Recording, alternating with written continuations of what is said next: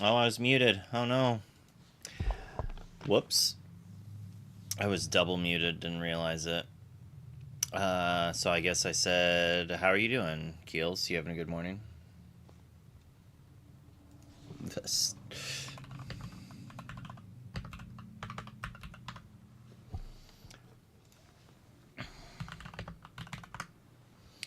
Oh man. JDV! Oh, that was a good stretch.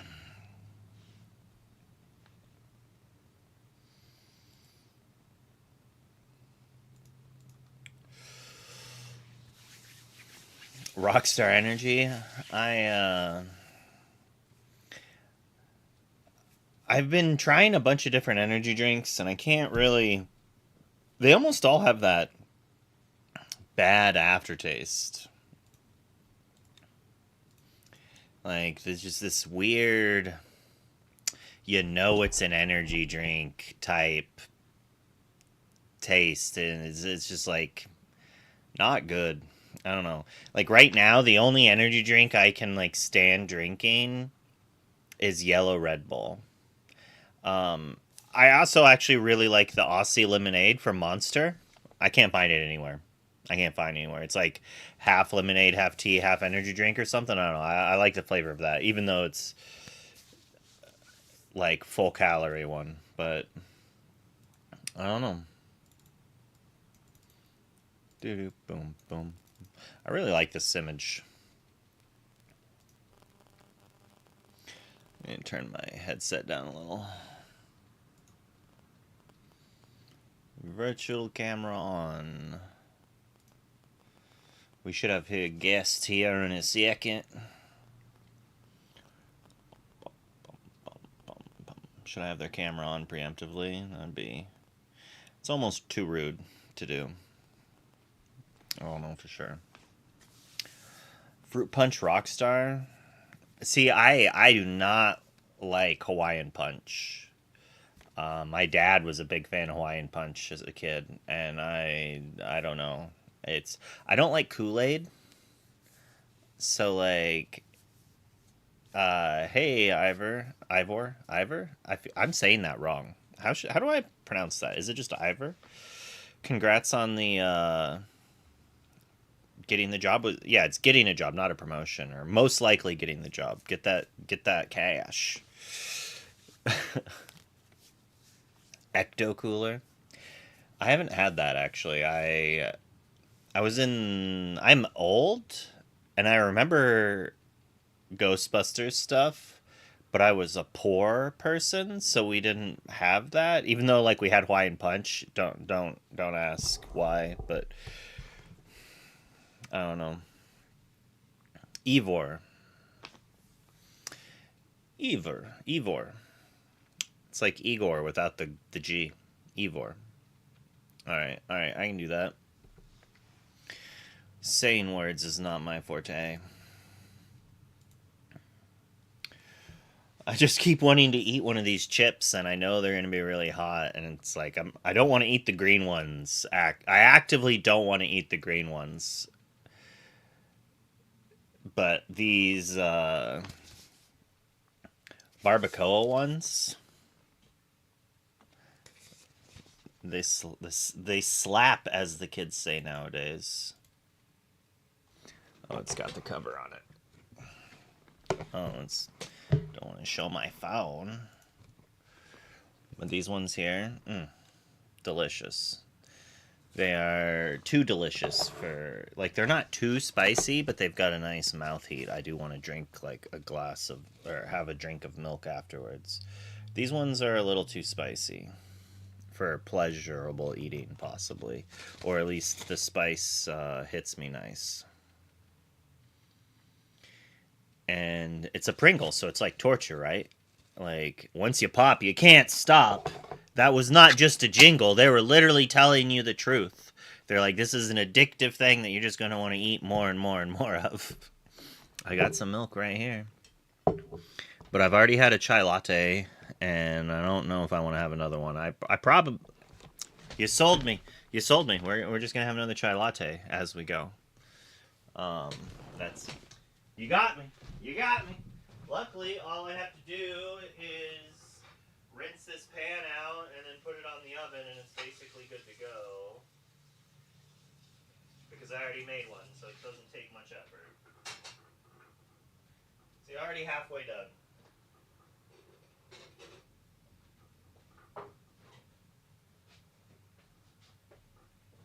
And because I am a pathetic basic person, I just have this crap.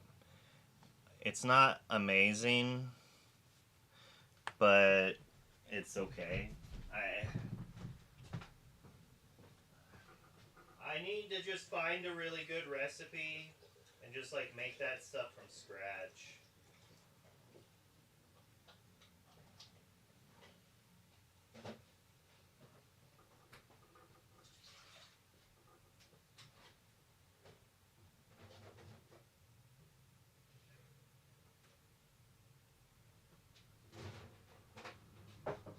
Basically just heat up a glass of it and then mix it with like around equal parts milk, and it's pretty good. 2 chai lattes minimum. Yeah, Pooski. Minimum. You gotta have 2. 6 Pringles at a time. These have made me start eating Pringles one at a time. That's for sure. These are just spicy enough to make me want to like wait. You know. Oh, they're so good though. I'm gonna have one.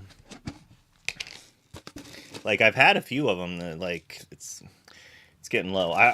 Bruh. I opened it,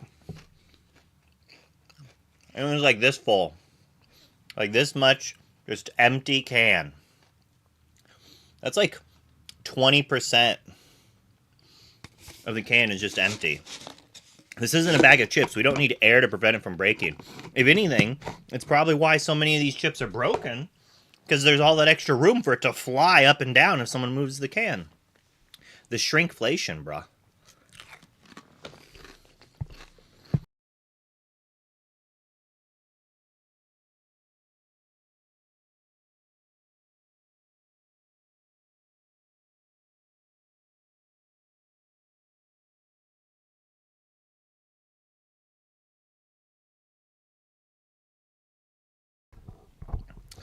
Although the milk almost made it spicier. Alright, so I did play a few games with Amber Steel in Infinity. And we were using... I mean, I do need to build an Emerald Steel. I do want to build that. Yeah, it was against you, actually. And I don't know if I still, like, I liked the Naveen aspect, but after watching the ICL as well, I really want to play a deck that has Grab Your Swords in it. Like, there was like 4 or 5 times last night that I was just like, bruh, a Swords would be so good right here. And, you know, Naveen plays Swords on turn 2, if need be, or on turn 3. You're also on a list with 3 Swords. So I saw sometimes that I thought Queen could be okay as well, but I don't want to have to run the small Queen. So I'll build what I played against Ryan first.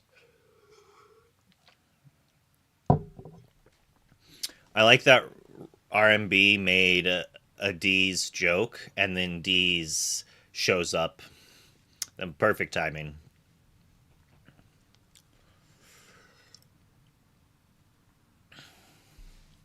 Yeah, I mean, that's why I was playing Naveen, is to play Wheel on 2. You just only have to have 4 cards, right?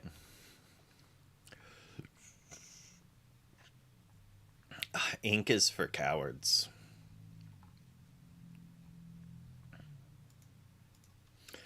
Only the weak need to ink. I didn't really... I think I had ink issues like kind of one game, and it didn't even make me lose. It just made me have to ink awkwardly. And like the game went really late. I mean, I would have probably won the game on the spot otherwise, but dim the power levels. We're not running any other one drops. I think Cindy was literally our only one drop. I also want to incorporate Grandmother Willow, which also makes Naveen better because then it's like something to play on card, but it's just another uninkable. I do not think I will be in Vegas for the CCQ, sadly. Luckily for my wallet, since I did well enough at Richmond, I'm probably not traveling to CCQs unless I'm going to be casting. Or if they're like real close. Real close, like.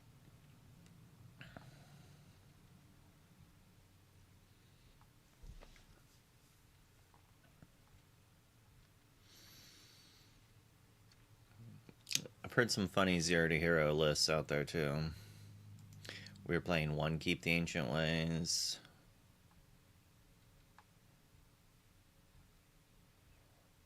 No docks, not in this list. This card is pretty good.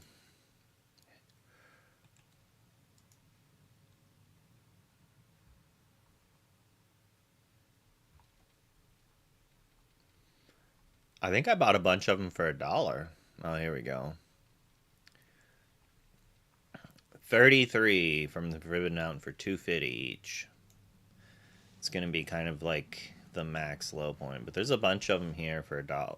Like that's the thing is like this is $2.60, right? So if I'm gonna be ordering 3 or more, I'm just gonna order them from the Forbidden Mountain because it's free shipping over $5, right? Note that I actually think this is a like here's a hint for Dan or whoever runs their Forbidden Mountain store. And so what they're doing is they're making it that if you order 2 of these, you have to pay $1.31 shipping because it only equals $4.90. But I'm just gonna buy a 50-cent card from you and make it $5.30, and then I saved like 70 cents and you're out 70 cents.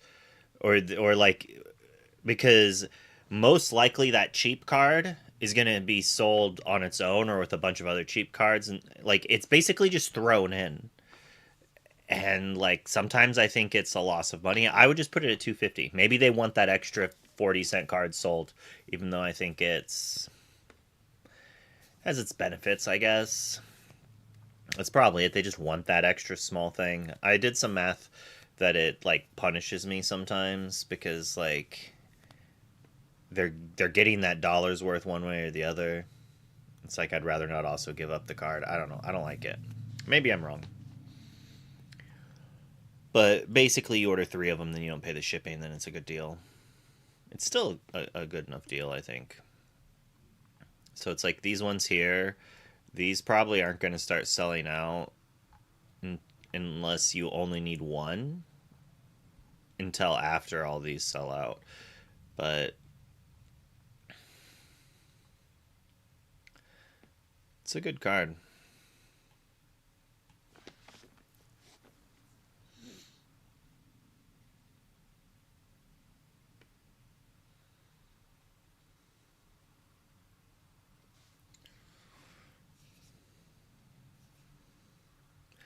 Not playing a lady.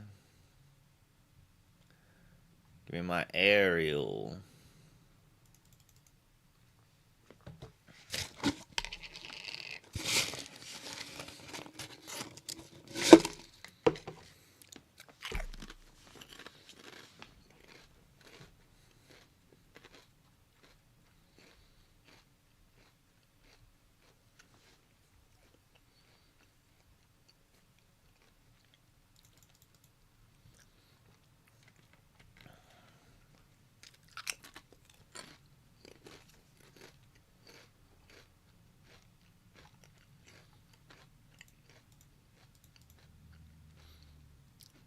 Pete's so good.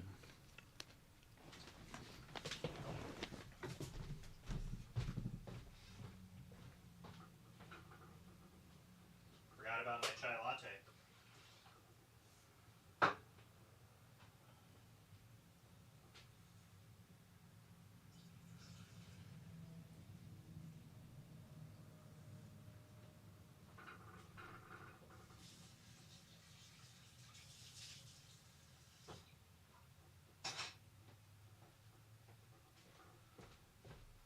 But I don't know if I want to drink the chai right after the spicy chips. I feel like adding pepper milk is not. Yeah, Keep the Ancient Ways has been pretty sauce. Oh, hey, there you are. You ready? I can just put you in right now. Bop. Whoa, that was quick. You're a master at this. You just randomly throw boxes on screen. You really are a wizard. You truly are a wizard, Harry. I mean, I just have your browser source saved as a thing, so I just have to click the little eyeball and then boom, you're there. Are you hacking me? That doesn't make a lot of sense. Why are we looking at what is going on here? What are you doing? What are you building? Why am I looking at Nala and Mickey Mouse on screen? What are we doing? I'm just going through all the Amber Steel cards and building Amber Steel. That's how I build decks. It's probably not as key, but I mean, I feel like that's way more involved than me. I go by vibes. I pick up a card from like a mountain of cards. Everybody keeps saying I'm quiet. This is crazy. I just turned you up to 250%. Let's see. Let's go, baby. Let's go. I'm all the way up. R&B. Can you hear me now, buddy? I don't care if anybody else can hear me, but if R&B can't hear me, I've got a problem. He has to hear what I have to say, and that's important. I don't know what's going. It's funny because I tested it. I tested it last night before I jumped on the ICL. It worked fine. I went on to Discord with some of my friends. They said, "Yeah, we hear you just fine." I don't know what it is, but here we are. Yeah, it's a little late. I don't know. We'll figure it out. It's a brand new mic, folks. I don't know what to tell you. But anyway, it's the same mic I have.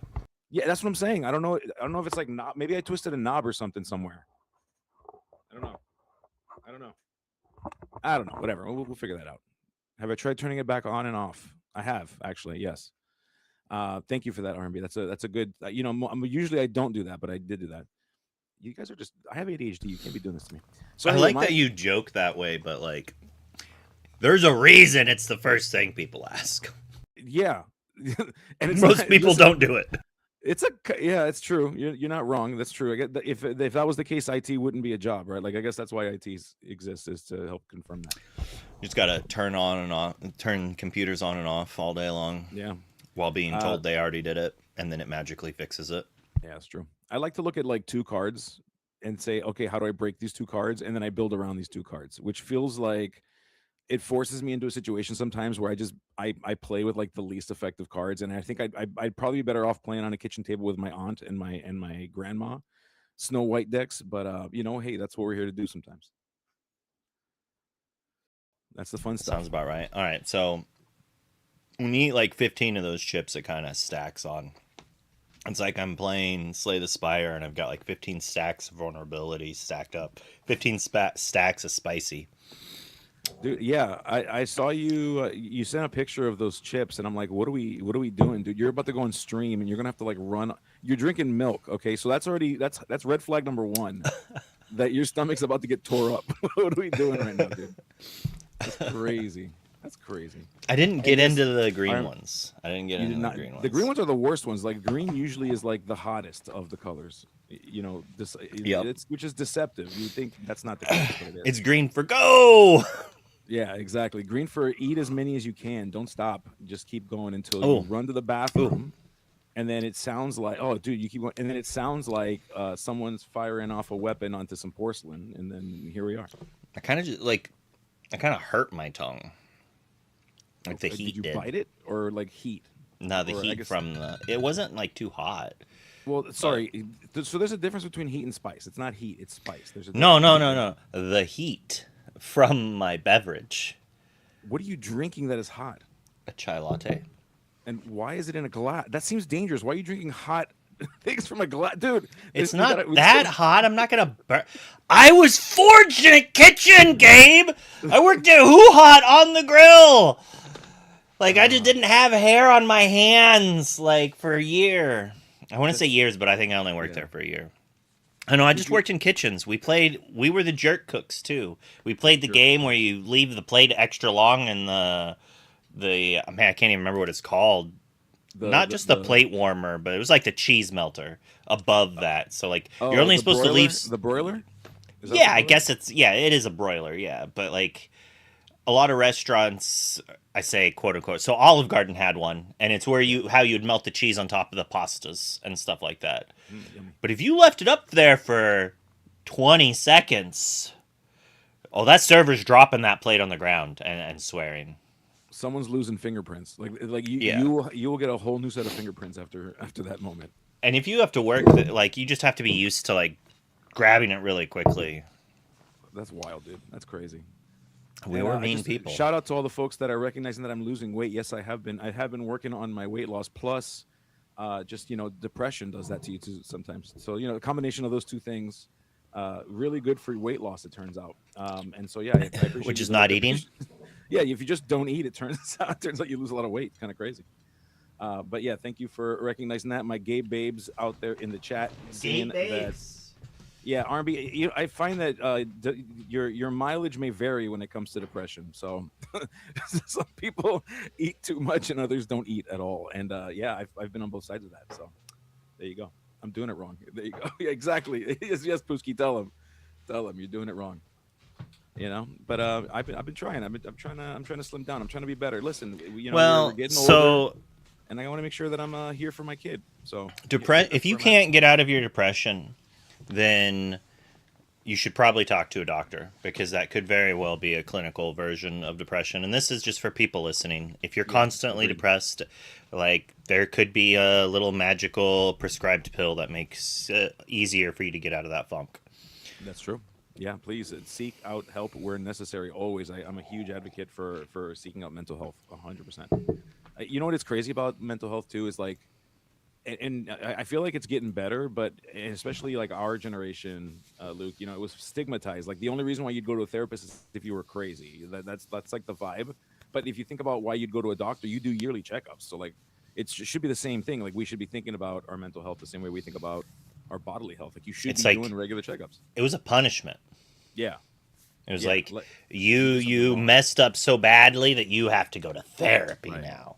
Like, it was never just like, I'm just like checking up on myself, making me feel that I'm, up to par where I need to be, or making the best me I can be. It's like, you have anger issues, or you need to go here and figure out what the heck it is you're doing that's causing these problems. Yeah. So huge advocate. Please seek it out. Even if you don't think you need it, if people are telling you that like you're not acting the same way that you used to, you don't realize it sometimes. It's almost very similar to weight loss. Like, you don't realize they're losing weight or gaining weight usually until people start telling you that they notice it, because you just see yourself every day, and you see your decline every day or your increase every day, and sometimes you can't trace it yourself. So there you go. Yeah, I have the issue that, like, the way you look right now, Gabe. Yes. In all memories I have of you, that is what you look like. Oh, sick. Cool. So, like, when someone gets a haircut, I don't notice, because, like, they just, like, that's what they look like in everything. It, like, overrides my memory of what you looked like. I don't. Okay. It's weird. I love that. So like, so you they're frozen in time. So like, if you never see me again, this is what you'll always remember, and it's gonna be like photogenic. Or no, that's not the term. What's the term? Yes. I'm just saying yes to what that is. So like, there is some. Here, let's be sad for 10 seconds. So I only remember my grandmother when she was like 90 pounds, dying of cancer, right? Yeah, that's tough. Yeah, that's tough. It's rough, Yeah. Well, I understand that. And that is the C word is, of course, is bad. But for those of you out there that are suffering from that, or have anybody suffering from that, we're here for you. We love you. So yeah, we do see here we've got poor Angel on the screen here. Where's we got Vanellope. Poor Angel. Poor Angel. Yeah. Oh no, more like Angel. Gorgeous Angel. You were thinking of Ariel. Ariel, that's what I meant. They sing. They're all singers. It's no big deal. They all But do yeah, the same thing, right? they do. They really do. This is the angel you're thinking of. Well, I This guess is the 4-drop you. This is not the 4-drop you're looking for. so. Talk. So you're. So talk to me about this deck, though. Talk to me. So we're talking about. Oh wait, This that's is the wrong this. one. This is looking like more of like a you're kind of mid rangey. I guess what they call Jund, like a song slinging Oh version, not so much a speed version. man, that hurt my soul so much. You don't like that term? Is that not a term we go by? Well, I played Magic, so like Okay. I hated Jund. I didn't play Jund. To me, Jund was based on Cascade, which is like the worst mechanic that has ever been made in any card game ever. Worse than Storm, in my opinion. And what Really? Cascade says is that like when you play this, flip over cards from the top of your deck until you flip over a card that costs less than this. Play that for free. Oh my god. So it's two things. It's either 100% variance shenanigans, high roll, low roll, whatever, or it's a combo deck that you can't interact with. Yeah. So like in Magic, it was like you only played cards that cost 4 or more, but then had like alternate costs that let you play it cheaper. And then you played a card that cascades into one card. It always cascades into the same card. So you just have multiple cards that hit that. It's like a combo thing. Very frustrating to play against. Or it's a variance thing, and then it's like, oh, I flipped over my removal to hit your guy I needed. Let's go! But you know, I played the mirror match where it's like I cascade and it hits something that is like the worst thing it could hit, and my opponent hits the best thing they can hit, and that happens 3 turns in a row, and it's just like I did not do anything. Yeah. It's funny because like Now I'm that. too loud. I didn't adjust my volume at all. That's crazy.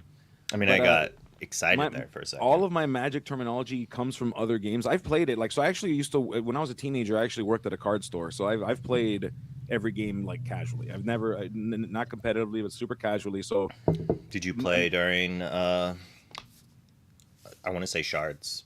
I don't remember if that's what it's I'd actually have to called. know what I don't know. I have to remember what year it is because like I mean it was super casual. Like somebody would hand me a deck and be like, "Here, play with me," so that I Had can like practice. landfall Probably yeah. or not But landfall. It was the like set that was all gold cards.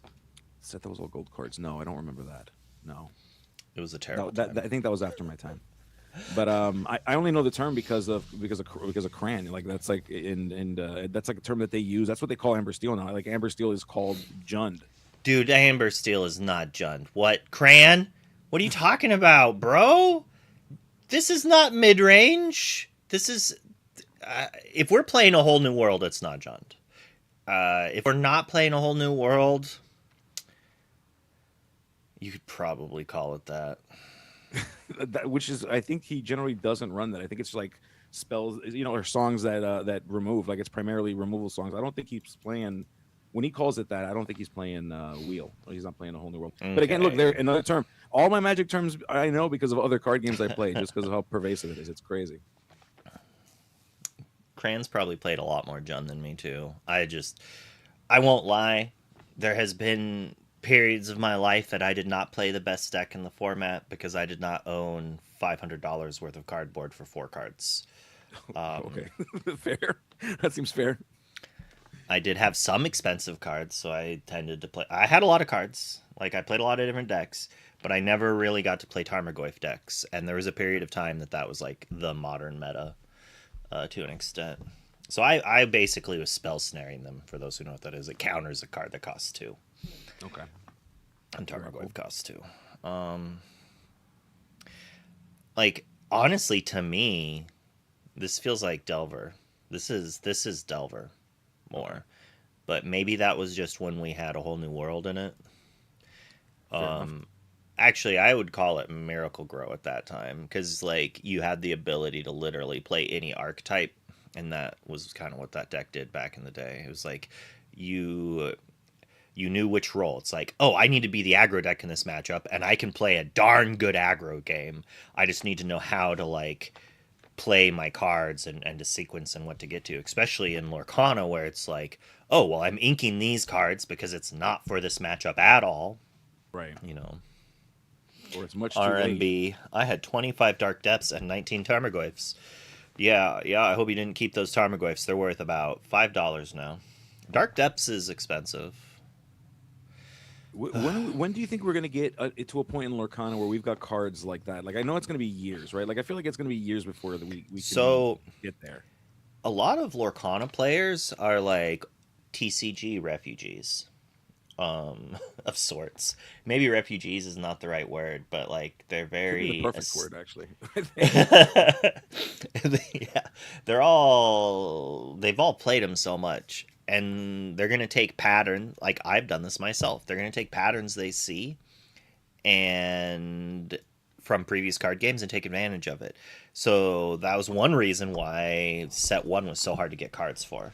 It's because everyone was like buying it and scalping it and just trying to hold it. Yeah. And I feel bad for the people who are holding stacks and stacks of Cuscos. You needed to sell those. Like it was like $8 to $15. I'm pretty sure I sold Cuscos for 15. Yeah. Yeah. I remember buying Cruellas for like 5 and being like, yeah, she's going back up, and then she's like 70 cents. Oh, gosh. Oh, yeah. Just people getting slaughtered on the market is crazy, dude. Yeah. And it's weird because like, right, so if we look at Magic, for years, Shivan Dragon was a $20 card. All right. It's literally just a giant big dragon. It's very similar to Maleficent Dragon. Kind of. Maleficent's way better. It's just a really expensive, big fatty that finishes games off. Maleficent actually removes something. Shivan Dragon just wins in like 2 turns. But Shivan Dragon's like worth nothing now unless you have like an alpha one. And then like... So like, sure, some set 1 cards might be worth, money 20 years from now. People are like, oh, alpha beta commons are worth like $2 or $3, bro. Rares are like a bunch. There's still alpha rares worth like $5. That's like the low, if even $5, right? And they're insanely rare.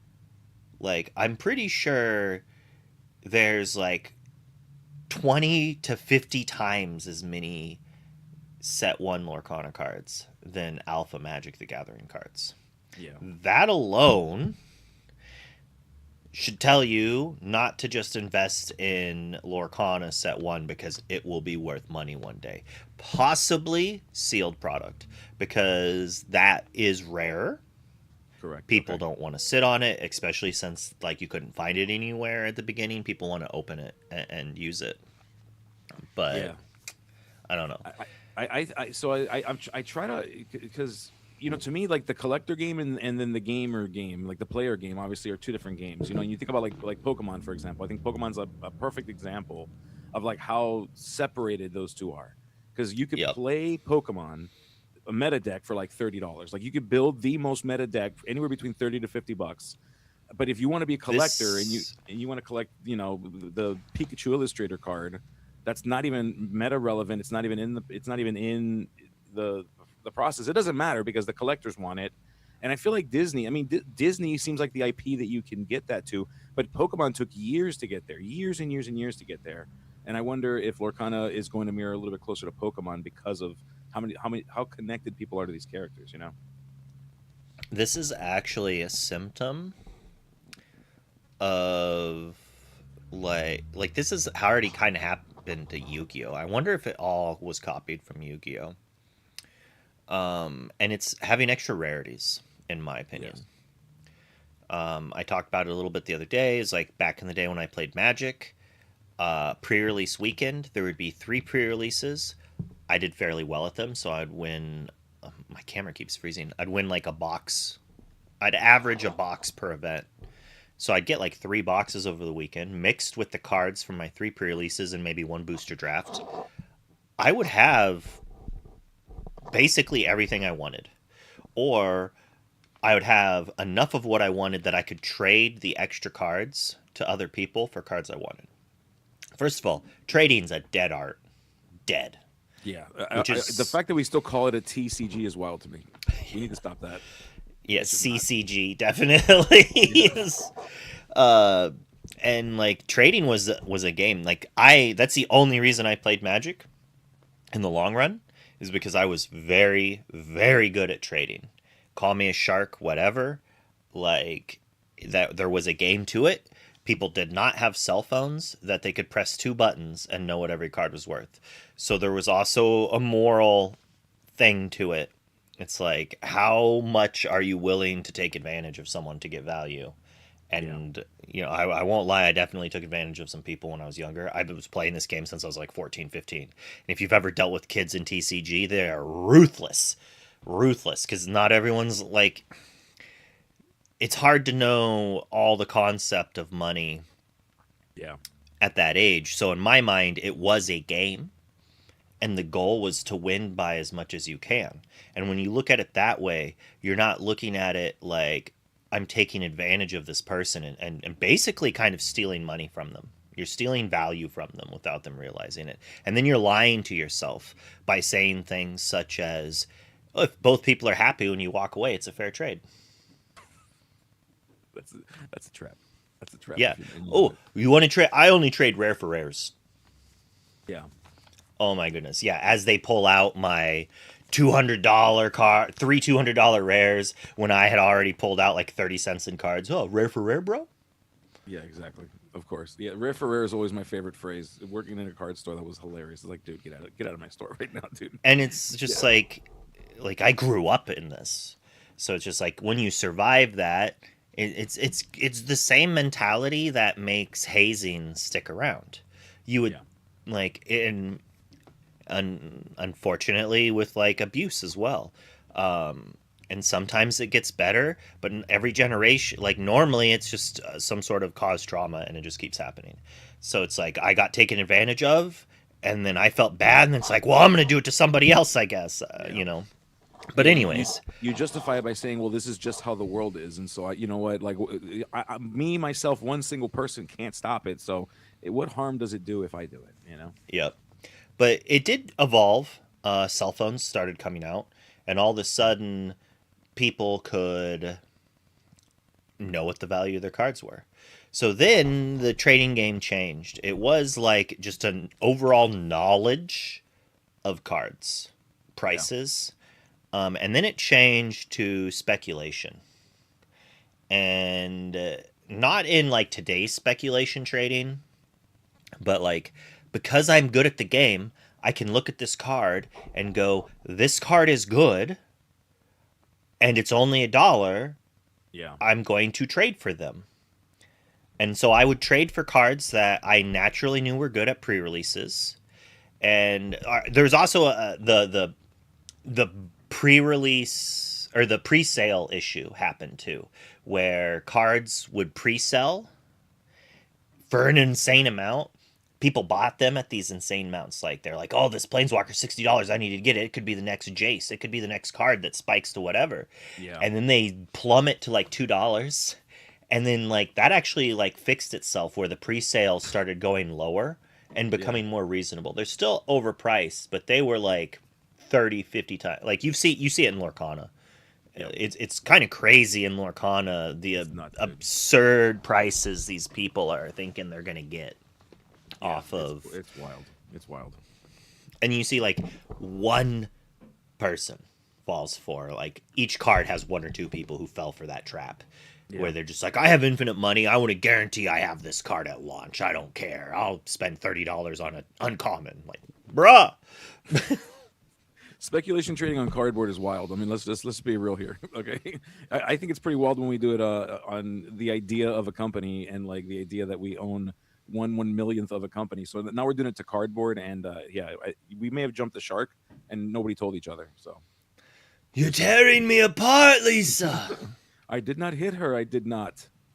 I've actually not seen that full movie. Oh I have my seen gosh. little clips here and there. And the funny thing is when my friends started talking, when it first became meme popular, some people like showed clips and was like, dude, I've totally like watched parts of this and been like, this is terrible, and just changed the channel. Yeah, yeah. I You don't know, like cringe humor very much though. So like it, ooh. You know what It movie hurts was my like that for soul. me? Like it's the most memorable movie experience even to this day. Like there's no movie that I had such a swing in emotion on. It's Napoleon Dynamite, dude. I watched Napoleon Dynamite. The first time It's I saw it, it was like a Saturday. It was like a Saturday afternoon. I think we had it on DVD or something like that. I popped it in. I watched it from beginning to end. I sat there in silence. I was upset. I was mad that I wasted an hour and a half. And then something inside of me said, "No, no, no, no." And I watched it again. And on the second watch through, like not even a minute after I finished the first watch through, I was dying laughing every second of that movie. And I went from like from like a 0 to 10 how much I love that movie. I It took just two DM'd you. watches. It was crazy. Can I watch was a crazy line. R&B's getting wild out there. I just Everyone in sent the you a chat right now is getting DM, crazy. Gabe. What's that? Uh-huh. Well, I'm not gonna say it out loud, but I Yeah, sent you a don't. DM. Oh yeah, 100%. Yeah. Yeah, that's fair. Yeah. Like Yeah, it's the only way. that was the yeah. That was the yeah. So certainly it helps. It helps the what state of mind you're in for sure. You know, It's like but just a punk teenager. yeah, exactly. I feel bad. I feel like I've distracted you from building what could be like a DLC winning deck right now. And like you're here talking to me about Napoleon Dynamite when you could be winning Yeah. tournaments with this thing. Winning Crazy. tournaments right now. I just missed the sign up. Oh no! You just missed the sign up, dude. All right, I think we were By playing the way, there one was a Cindy. question from Pooski about whether we were planning on going to D23. So I bought my tickets. I Ooh. got my LCQ ticket, and the LCQ in at Nats is going to be like 2 weeks later. So just from a pure financial standpoint, your boy's got Uh, financial issues. I need a job, so we you know I can't be going to two things at once, 2 weeks behind each other. So that's a no from me, dog. yeah, That's that's a no from fair. me. Now the question is what cards did we forget to put in the deck? We're at 21 songs. That's probably right. Is it 21? Is that what we've all agreed upon I might have as been. a I was an just Amber Steel thinking collective? that sounds about right. We're at I 19 uninks, so it's probably an inkable. I mean, let's talk. Yeah, I was gonna say let's talk about the uninkables. You said how many uninkables? 19. 19. I feel like that's okay to a degree in Amber It's a Steel. lot, but a coup doesn't count. What? It doesn't count. What do you mean it doesn't count? That's like one of the worst cards to draw mid to late game. Like I draw that thing and I'm like, I hate you. If I don't draw a dock from you right now, I'm gonna I'm gonna rip every card in this deck, dude. I mean, and you want to draw an ink instead? I mean, you can still play it. It still triggers your aerial to draw a card. I Let guess. me let me look through this deck and see if I can just quickly find what we're missing. Yeah. Keep the Oh, ancient ways at one. We're I found what we were missing. And wait, we're talking about infinity here because I'm seeing aerials. I'm seeing spec. Okay, so do you think a four Pete's and one keep the ancient way? You think that's enough, or do you think a total lockdown I of the think keep items the and ancient ways access? is really weakish. Okay, It can be quite good, but I think Pete does a pretty good job, and like the items can sometimes buy you a turn. yeah, I mean I would agree, especially if you're going up against blue steel. I mean RMB's in the chat, and I'm sure you've tested it now 1,000 different times. I gotta know how bad is no Hiram in the items build. Like, are we done? Like, are we cooked? Are we not playing that anymore? Is that not showing up at DLC Indie, or are we still Oh, bringing it'll that? Like, still what's be up? there. Okay, okay. Will it actually do well? I guess is my real like. Can it It'll be compete with what's okay. out there? I mean, it's just there's like the Kiwi and there's the workshop. Okay. RMB says RB is dead and Blue Steel's still good. That's probably about right. That's crazy because I feel like Red Blue doesn't use that many items to begin with. Like I feel like Hiram is like flavor. Like you could build it without Hiram, I think, and you would think it'd be okay. You would think. I You mean, would but what do I think. know? I've not, if I can't even make a day two at a DLC. So what the hell do I know? Wow. What do I know, dude? All I can do is get to winning ins and then lose my winning ins, bro. That's me. That's my life. I can make it to the party. I could show up to the line, but the guard's like, nah, dude, you're not coming in here, bro. You got to change your shirt, man. There's like a coffee stain. Oh, wow, there's You're wearing shorts to the club. Get out of here, dude. What are you doing? So four that's angels me. in here. I'm playing too many cards. What do you Or mean you're playing too many maybe, cards? maybe I'm only playing two. Nope, there's three Smees. That's four Smees. Alright, so some of these cards are not in the deck. Where it's, I don't think I'm playing any Mowgli's. That's what it is. Alright, so Okay. this is what we are playing. So we're okay with no Mowgli's? Is that really the play in Infinity? That's tough, man. I But mean, I think you have to though. I mean, looking at your ones and twos. we have beats. Yeah, I guess we got Pete. I mean, we're aggressively mulliganing for Yeah. our ones and twos, and I want to cut Smee. Like after testing, I want to cut Smee for Grandmother Willow or Vanessa. Ooh, yeah. I don't hate that at all. I don't hate that. I want to probably cut the Cinderella for another Ariel. If I was to do it, so we'd probably cut this for this. The Angel is nice. You can probably lose one of these. Where's that Vanessa A lot of chatter. A lot of chatter right now in the chat talking about the fact that RB can be semi good if it's with Pop and Carpet Bag. The only way it can be good is with Pop and Carpet Bag from Prodigy Player. at? Yeah, that was basically what it boiled down to last rotation or the last banning, right? And honestly, it was a really fair format, and like the Pop Carpet Bag was actually terrifying from Green Steel. I remember playing in the event that Tyler won, where I was playing Green Steel and I would crush DKP's list, but then like the weekend before, DKP played the one of Carpet Bag, and I played like 3 or 4 people who had Carpet Bag, and I was winning until they hit Carpet Bag, and then I lost the game Yeah. because you just can't keep their hand empty, and it has the velocity just off of like draw a couple cards, draw a couple cards. Oh, I hit a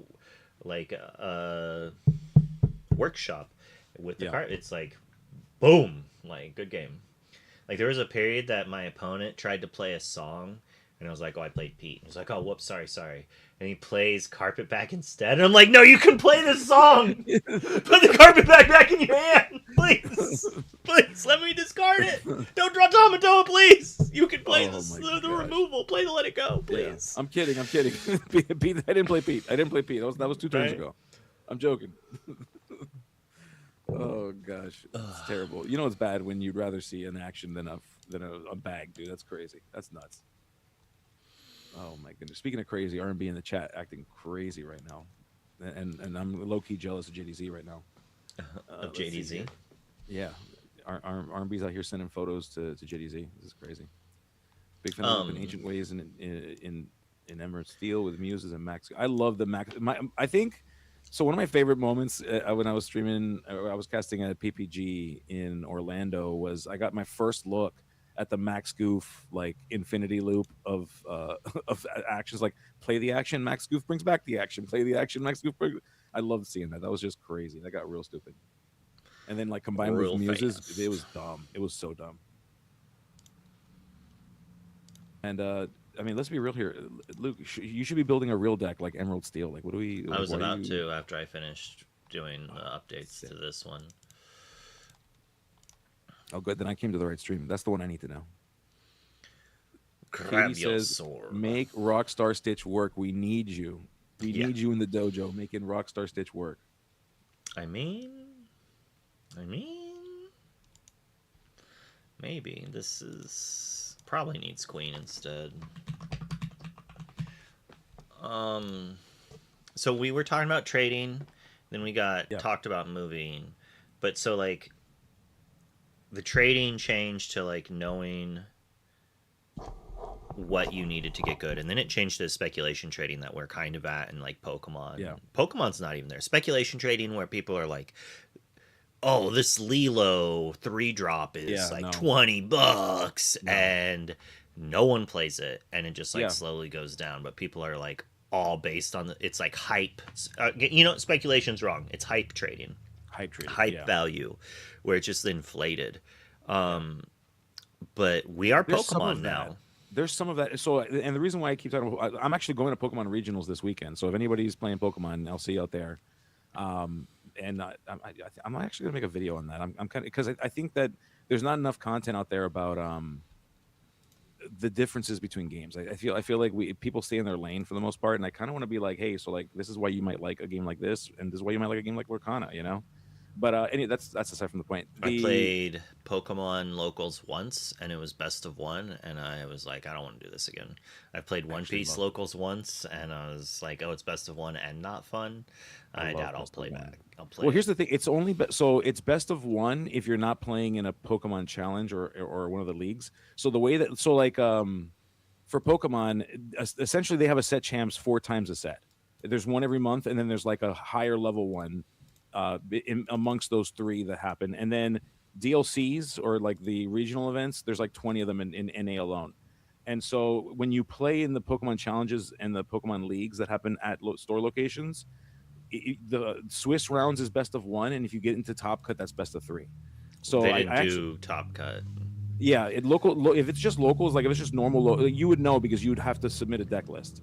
If you didn't submit a So deck it's list, it's still just best locals. of one though for the Swiss is Correct. diabolical. Yeah, it is. Now when you so at regionals, that's not the case. At regionals, it's just like a DLC. It's best of three the whole way up.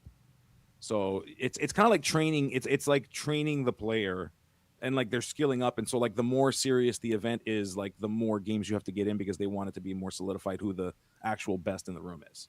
And I kind of Yeah, like that approach. I mean, it's if you want the best players, then you have more games. Yeah, that's what you would think. So yeah, Like you could even do best of one still, but yeah, you would need to just have more rounds. Not just do it till there's one undefeated necessarily. Like you would still want to do it like 2 or 3 rounds after that to like let it filter a little bit. Like that yeah, person who's undefeated will should continue to win. Like yeah. or they can draw in, whatever. Now Or to do be what they did fair, at Worlds where it's like first to yeah, 5 wins and then you're I you're, like that too. you're auto queued and you're out of the event until tomorrow. No, I don't mind the best of one as much as well, but I think that's more of a so for in because I think we as players kind of agree, and I think it's right to say that the play draw disparity is kind of rough in Lorcana.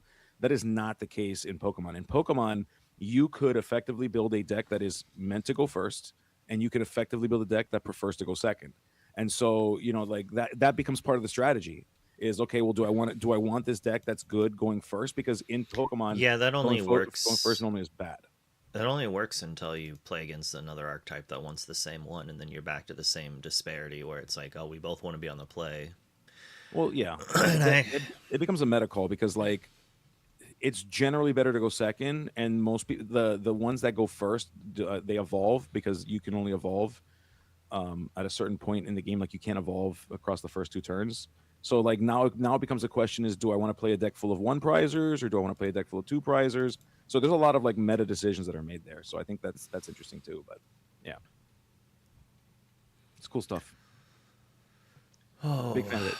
But but we're I, basically Pokemon now, like to an extent. We still have one or two yeah, cards worth a bunch of money, yeah, especially like there's been a push for old enchanteds, fabled hmm, enchanteds, and stuff like that. I think correct. a lot of collectors are getting in, hopping off of Pokemon or just like Logan Paul talked about Lorcana for half a second, so like that group's not thinking about it. Yeah, of So I think course. a lot of people are going to be buying tons of sealed product for this new Yeah, set, chasing those enchanteds, and all that does is make competitive players have to pay less to play I because agree. they're buying all this stuff, and it's like they don't need 15 of each rare and super rare, and that's going to plummet things. The problem is that makes opening packs not great, in my opinion. It's Correct. like two-folded. If packs are too good to open, everyone opens them, and then they're not good to open financially. Like, Yeah, but it has to be that way, right? Like to an extent.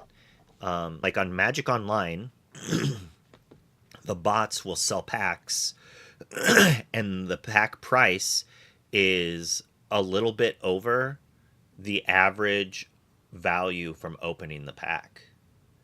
So like if the value of opening the pack goes up, the price pack goes up. But if the value of the pack goes down, it goes down. And that's the issue is right now we basically only go up. Yeah. Rarely does the store go, oh, I guess I'll take off $2 off of MSRP, like on this brand new set because there's so many rares out there that it's worth less, Yeah. which would actually compound the issue and make it worse. But I think there's the other problem also too is that in Lorcana you only have. I mean, there are like epic versions of cards, but there's still, especially it's the compared to. same I mean, art. It's just a foil. right? It's just a foil. Now the in Pokemon, there are 17 versions of the same card. There's 17 It's not that alternate much, but versions. Well, I mean, I'm exaggerating, but you're being it's facetious, and I love yeah.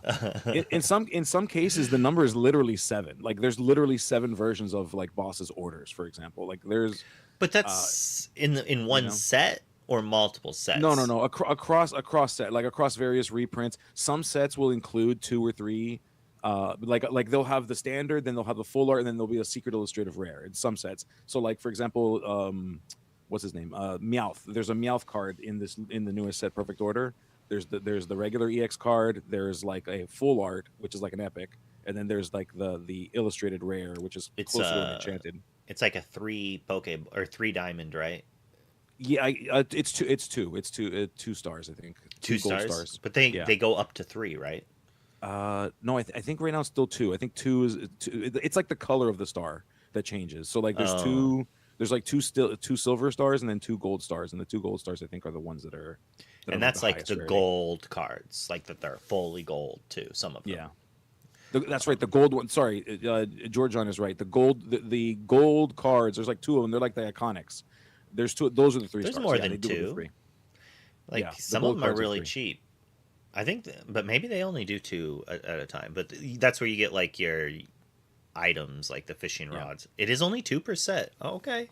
correct. It's 2 Some of percent. those It's are like an real iconic. cheap. You can get some of those things for like $10 Yep. when they're not in form. Like I hear that. Like that's the another fun meta when Pokemon reprints cards Yeah, quite a bit, yeah, but they they do. tend to do. They're not gonna like reprint the same card like in standard 2 or 3 times, right? Correct. They just print it and then they just like don't kind of print cards like that for 4 or 5 sets, and then when that rotates, then they have a new one. And normally that's with like Ultra Balls or like that type of thing. Yes, that's So correct. Yeah. then there's like this market of buying up the gold cards when they're cheap and waiting until they reprint it and then flipping them. Yeah, that's certainly a part of it too. So the card being playable obviously has I think it's more of a factor in the trainer cards than they are in the Pokemon. I feel like the ones that are collecting 100%. the ones that are collecting the Pokemon are doing it because they like the Pokemon. Like there's people who have a Snorlax set, like they want to collect every Snorlax or they want to collect every Oh, Pikachu. Ivor, Yeah, they have. You should like quadruple that number yeah, because every set has its own basic energy, and then you yeah. have like a promo version in each set, and then you have like some special versions from tins and And whatever. then when Some you of them go are to really cool locals, though. you get a prize pack, and in the prize pack, there's like a special like play Pokemon stamp version, and then you can get a foil play Pokemon stamp version. There's a bunch of them. Yeah, yeah. I kind of want to play Mean and Malicious as a 4 of an Amber Steel or an Emerald Steel, Oh, you're just diabolical. to like for the mirror and against like those pesky Sapphire Steel ward decks. Yeah, And then we and can play like one Prince John, and we yeah, have morphs, so it's like not bad. George John's maybe asking. We have Elsa collectors in Lorcana. That's the same, right? I feel like no. Frozen is the one franchise that people treat like Pokemon, and like there are Elsa collectors out there, but that's Dude, about it. Like it's not the same. It's it's not. so Yeah, it's like different. people don't understand. You have to like go to a Pokemon night at your locals. You're gonna Yeah, go. That's gonna have 3 times as many people at least than your Lorcana locals. Half of them are kids, half of them are yeah, teenagers, and half of them are gonna have like a binder full of their favorite Pokemon, kind of, or like most people will have 1 or 2 Pokemon. It's like, what's your favorite Pokemon? This is. I actually trade and I try to have one of every copy of that Pokemon, yeah. and it's like I've never actually met anyone who's like, oh, I collect every Elsa. Like, oh, I take all right, but I know someone who collects Anna. I guess Allie Sweet does collect Annas. Okay, Um, there you go. Shout out to So Ali there's Sweet, by the way. that. Um, I know one person who does it. I was wrong, There you go. But it's but certainly a it's not the rare. It's same. a rarity. It's not. Yeah, it's not common like you see in Pokemon for sure. Stitch, I think, was to be another character that that people would be like that. Yeah, like and there's gonna be few. There's gonna be some of them out there. There are people out there, but it's just it's there's nowhere near the amount of people that are doing that with Lorcana characters, as there are like, and for various like for more than just like those two characters. I think we're gonna get there. I do think we're gonna get there, and I think that the longer the game survives, like the longer that Lorcana is a thing, and I do believe in the longevity of the game. I do believe this game will survive. Despite sometimes some of the doom and gloom that's out there, I think that when this game like approaches like the 5, 6, 7 year mark, you're gonna start to see people feel more comfortable and be like, okay, yeah, this is a thing that's gonna be around, so I'm okay with doing that. So some people are saying there is Stitch and Elsa, and that's why those enchanteds are worth more. Yes, Yeah, only the enchanteds, and they're not worth that absorbently much. Elsa was in a set that was shorted, kind of. I mean, there's still way more of it than Alpha, yeah, and I think a lot of the reason the Elsa is still at the price it is people are diamond handsing it, where they're just like not like people are like, I don't care if it goes down, like I'm not going to sell it at all, it'll go back up, you know. That's people's college funds. They're not investing in all of set one, but they're like, I've got set one enchanted, so those are bound to go back up, right? yeah. You got to diversify your bonds, of course. Come on, every smart financier knows that.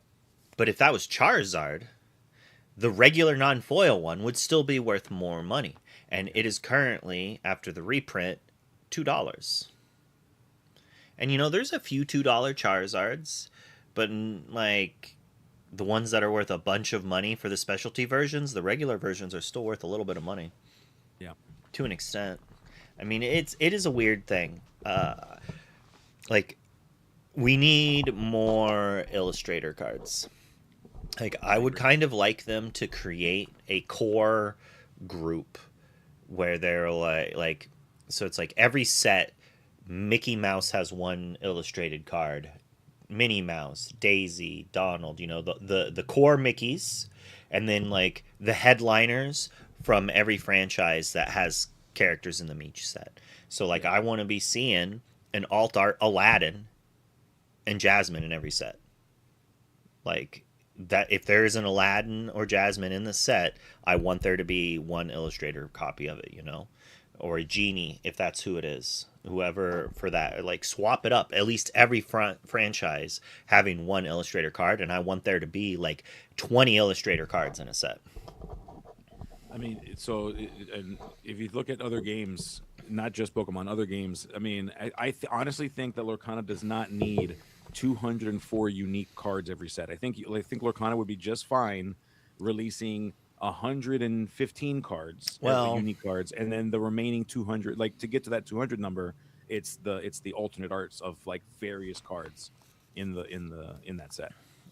I don't know about that. Then you get color deprived and you have less cards to choose from, like because you don't get like if they could make the set, and then a fine educated fellow such as yourself could look through the set and be like, cut these cards, sure. Like if you could guarantee that you get to keep the playable cards, but like if the other cards were the same percentage of good cards would be there, so then there'd just be less cards to play with. Also, that would lower the value of every card in the pack. I actually think you need more cards in this set, Really? Okay. because like so many people are buying packs looking for these enchanteds that we're creating this thing. If I open two cases of cards and I have 12, 16 copies of every rare, I would like them to make the set 4 times as big. I mean, Like, I think the issue is that we've got rares that are cheaper than commons in many of these sets. I think that's true if they can guarantee that they're printing cards that could potentially be meta relevant at some point. But there are, I think there's some cards that we look at that we say this is never This will never see any format, core or infinity. It's going to get cycled out. It'll be printed in a set. Come the 2 year mark, it'll be cycled out, and no one will ever even know that this card existed. We could literally reprint the card, and then nobody will know it's a reprint. They'll think it's a new card in 2 years, like aka distract. Like I mean, distract that's is my fine concern. because that's like relevant for limited, and I think we Yeah, should have cards that are good for limited. I don't ever want to see a rare design for limited. yeah, I don't that's want fair. anything above rare design for limited. Personally, personally, I think rare should not be like when you open your packs, you can't play with any rare aboves. So yeah, you get value from opening that foil rare, but I don't want to see it in the decks. And then that allows them to gear and create a limited format just based on the commons and uncommons. Yeah, And then I think that format would just be so good. Like you can put some busted limited cards as uncommons. You'll see an average of 1 to 2 of them per draft. And like if the power levels, like the best Magic formats I have played are the ones that had multiple very good uncommons across the board that were very limited and impactful, and then the rares themselves were not as to overcome. Or I guess like it's weird. Strixhaven was probably my favorite, and that had an extra rarity slot that had like a random card that could be like a rare from another set or something. And in my mind, I feel that like the packs just had 3 or 4 solid cards each pack, so the power level was balanced that way, but it was lifted. So like normally one of these cards would be good enough to be too good in another limited format, but okay, because there's enough of them, it just creates a fun format instead of a busted format. yeah. And Pusky, no disrespect to Distraction. I think Distraction is an okay card, but I just found it really funny that there was a lot of people that would talk about the reveals when it was revealed that it was being reprinted and talk about it like it was a new card, and then go, "Oh wait, this is a reprint." So I mean, it's just it was very forgettable. It was a very forgettable card. That's also new content creators, right, who don't play the game Yeah, necessarily. I saw some reputable ones do it too, but I'm not gonna name names because that would be rude. Do it. No, that's messed up. I wouldn't. I couldn't. He's like, it was you. It was yeah, it was you, dude. You did it. No, just kidding.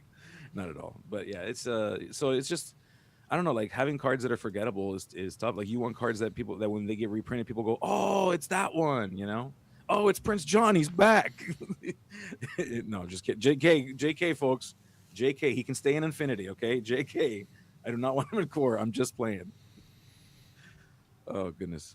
Speaking of which, where's my Prince John? Why is he not in your deck yet? Like, why was that not like your first? Why was that not your we first round haven't draft pick, dude? we haven't gotten to him yet. What do you like? You should like you click the green icon and then you go and you look for Prince John first. Like, what are we doing? No, no, No, I'm kidding. I have a method. I'm gonna stick to it. Slow and steady wins the race. There you. Hey, there's the champion. There's the king himself, the prince. We love him. Oh, you're watching the actual stream. Yeah, yeah, Yeah, let me turn this up so it's not. Oh, boop. There. yeah. That's why I missed him. Well, because I was involved in conversation and completely missed when he showed up. See, I have a Twitch chat like popped out, and then I copy that and put it in as a doc in my OBS. And so like when I'm in like when I join Liam's chat, I just like pop out his chat, copy it, and put it in there. So I just Okay. always get to see it in my OBS. So then I Oh, don't that's have to cool. have a window open for it. Oh, that's pretty sick. It's a little bit of effort though, because Yeah, it then won't I'm save it. okay. Oh, so you got to do it every single time you jump in then. Yeah, because YouTube's dumb. My Twitch chat, or I should say, the Twitch chat's all is perfect. That's what YouTube. I have to re-put it for YouTube every time. Oh, okay. Okay. But like every time I open my OBS, Twitch chat is right there. But that's for my own, right? Like obviously it's going to be different for someone else's. Yeah. Fire the cannons, baby. That's the card of the moment. I think everyone's pretty convinced that card's gonna deal with dogs in core, right? I think everyone thinks that Amethyst Steel with Fire the Cannons is the answer to dogs and to be okay in the meta and just be faster than Blurple right now. I think is what everyone's saying. Is that I is that like is that the word on the that. street? I like that Sky was saying that uh, Amber Steel doesn't beat dogs enough. It's not an actual counter to dogs. Yeah, that's just which is crazy. It is so crazy that that's the case. Yeah, I've been playing dogs with Scrump. I love Scrump. I gotta say, everyone poo poos me when I talk about Scrump. I think Scrump is a great card. I love it, and I love it because like with the Emerald Chronicon, like it has to sit there. So of course, like obviously you get an item, you get something that destroys items, and boom, you're cooked. Your game's over as a dogs player. But Scrump doesn't come down until you're ready to use the Scrump, and so Scrump is like, okay, I've put the Scrump down. I have 7 characters on the board, 2 of which I need to sing under the sea. I've got 5 other ones. Good job with your 5 characters sitting at 3 and 4 strength. Who cares? Tap tap tap tap. Send them all away. I So you love that. get That's my favorite thing. Mowgli'd and punished for. Well, yeah. You listen. Okay, are we going to do that? Is that what we're doing now? Hey, that card can be banished by Madame Medusa. Therefore, it's a bad card. Is that what we're doing now? Is that where Yes. we're at? Yes. Is that where we're at, bro? That's where we're at. Oh man. Pirate Pete. Pirata in Spanish. It's un pirata. Un pirata. I did get. I have my full foil set of Tinkerbells. These two are extra special because I ordered them from Zach Bivens. Oh yeah, those are actually it's from the king himself, dude. I And love it that came guy. with this. Dude, can we talk about like how nice Zach Bivens is, like the nicest dude in the world, dude. I love Zach Bivens. I trolled him. I was like, "Oh man, you send a signed card with every order." He's like, "Nope, just that one." I'm Yeah. like, "Oh, oh." That man's an angel, dude. He's so cool. Yeah. Hopefully he starts playing again. It's rough out there, man. It's really rough. Where's Bivens been? I don't, yeah, last time I saw him at I think I saw him in, was it Atlanta? Is he playing Pokemon? No, I don't think he could. That's like his game, right? Like him and Chuck were known for that, weren't they? Like that's where they came from. I think there just wasn't enough DLCs for him to invest the amount of time. Possibly. Yeah. I don't know for sure. He was in Atlanta, so he's still here. He's just doing DLC things and probably, being a dad and living life. Yeah. I know he was like the last time I talked to him, he was like in the middle of a move and like dealing with family stuff and just yeah. So hey, listen, he's a human being. He's a human being, and then sometimes he crushes in card games. All right, leave the guy I alone. I do not think he works for RB. I think you're just No. thinking of DeCandio. Yeah, no, he does not. He does not. Baby Diablo. We're at 66 cards. That's a lot of cards, dude. That's more than you want, right? Well, we put a lot of fun stuff in the deck. Yeah, I can tell. What? Well, I'm trying to see what's behind your head there. Like behind your head is a bunch of songs, but I can't see them. But I have to assume that those are crazy because you're at 22 songs. Okay, no, oh, hold on. So you got 2 Keep the Ancient Ways. Why is it 2 here, but only 1 in Amber Steel? What's the thought process there? I gotta know. Oh, I thought I upped it to 2 on that as well. You might have, but I only saw. Listen, my memory only exists. I'm like a goldfish. Okay, I remember the things like in the moment I saw them. But okay, all right. So if you had 2 in the other one, I'll trust you. So one reason is to go turn to Ursula, take a card, and if they have multiple songs, then I can sing it the next turn when I play Ursula 3 to guarantee that she survives the turn. Is the thought There you go. process. It's still not Okay. great. You can do the same thing with Diablo, Okay. but it could get cut. Also, I have Max Goof, so I want more Keep the Ancient Way to increase the chance of drawing it to create the loop. The loop de loop. You got to do the wraparound. The loop de loop. Craziness. Cut a All right. Pirate Pete. Probably need to cut a Tinkerbell, but I don't want to. Yeah, what is it about Tinkerbell that we like have to, like we want to put her? It's so bad in these decks, and it's like, but we can't. Well, I just wanted to play it. I want to shift Tinkerbell and play Grab Your Swords, deal 3 to everything. You're a monster, dude. And You're a it's like, monster. I'm playing Morph, might as well, but she's probably not going to make the cut. Yeah, yeah. Hmm. It is good. I mean, you're playing the Grab Your Swords. You've got 5 cost characters. You've got the Pete that can shift, that can sing it when it needs to. It's not- Unfortunate that Max Goof doesn't grab swords back. Oh gosh, yeah, I know. Yeah, and that kind of forces it. It feels like when we, and which I guess is like the point, right? Like, but it feels like when you've got cards like Max Goof, it's like, well, then I need to like not have so many of these cards, and I need to like just really overemphasize on these 3 cost cards. So that way, I'm using those and getting those back. So, but I mean, I guess the question becomes: is I mean, we're we not don't tell cutting. Brunos and 2 swords better than just 4 Brunos? You I know? hate this card, but it's good. Yeah. Well, so hold on. Okay, you hate this card, but it's good. So talk to me. Why do you hate this card? Because I drew 4 of them and a bunch of 5 drops in my winning against Kapu. Oh, oh, so you have trauma. You've been Yeah. traumatized by it. Okay, I'm sorry. I didn't mean to make you relive that. I'm sorry, dude. And I didn't draw any like shift cards, so like I just yeah, it was frustrating. I drew all my 5s. Oh goodness. Okay, that's okay. All right. It's just tough because of the uninkable spot, you know, and We're only at 14 on inks. yeah. But I feel like this. It's I feel like this deck, personal. yeah, it's personal. It feels like this deck suffers more from like a what feels like a middle amount of uninkables compared to other decks. Like it hurts more to have more uninkables in this deck than say like an Amber Yeah. Steel. I mean, I'll just discard it to Diablo. All right, that's a thing you can do. It is a thing I can do. That is a valid target for that card. Yeah, you're not wrong. I have to cut 2 more cards. I don't want to. Ugh. It's got to be Hidden Cove, right? It's got to be. We're gonna go down 1 Hidden Cove. No, we gotta. That's one thing I noticed. Another thing is just like constantly saw Diablos get wrecked because they were just 2/2s. Yeah, miserable 2/2 loser. That's the loser stats, dude. What Like kind you of a play loser? Diablo 1, you look at their hand and they have like storm cannons or something like that. It's like, well, I'm gonna cove this up. Yeah. Get got.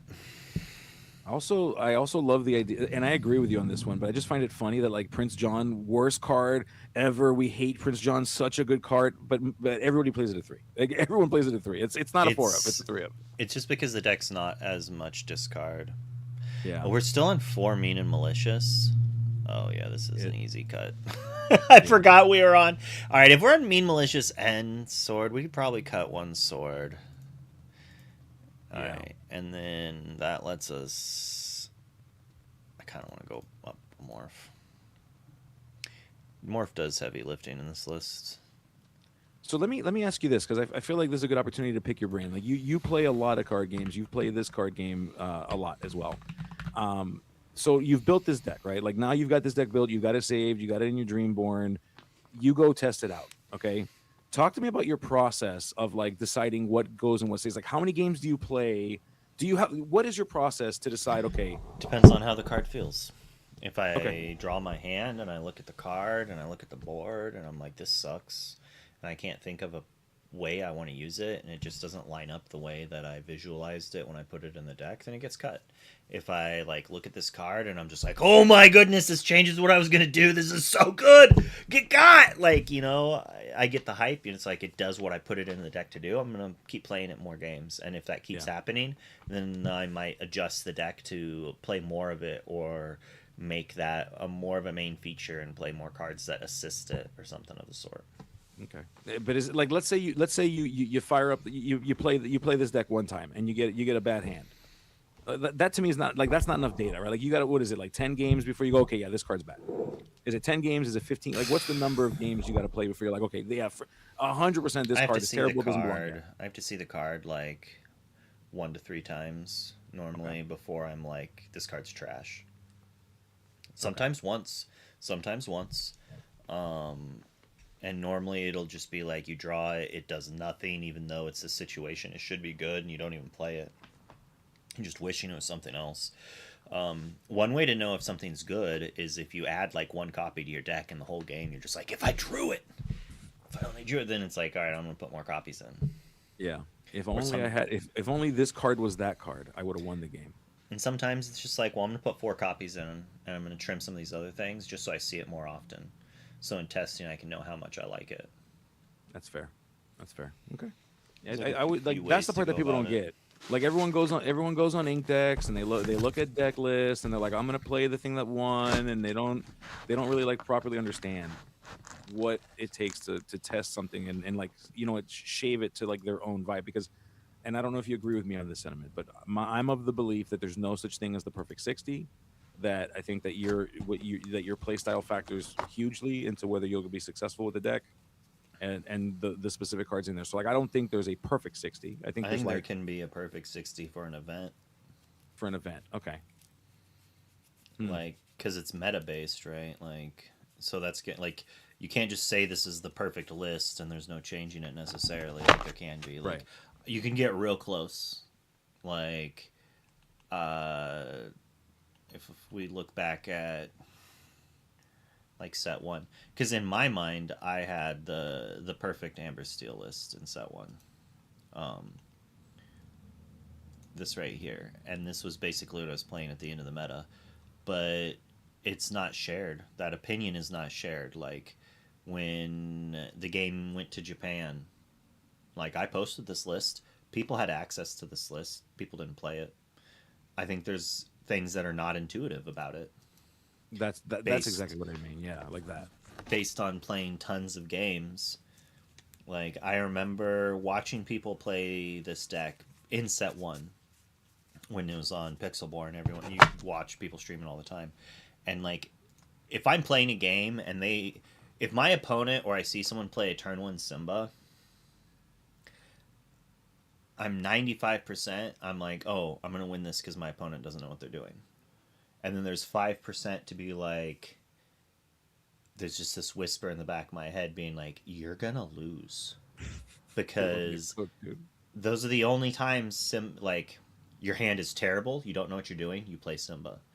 You have the perfect hand and Simba, and you have enough ink that Simba's just good because you have extra cards. You're going turn one Simba, turn two Yeah. Lantern, play Stitch, turn three Shift Stitch, sing Whole New World.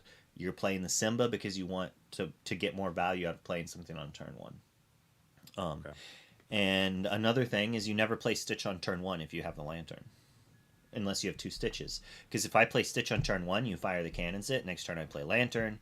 I play a different one drop or something. I pass. Like, yeah, you turned off my thing, but I also gave you your curve because now you're playing a two drop. If I go one drop or nothing, next turn go Lantern, play Stitch, and you have to turn two, fire the cannons it, you're losing out on your two drop curve.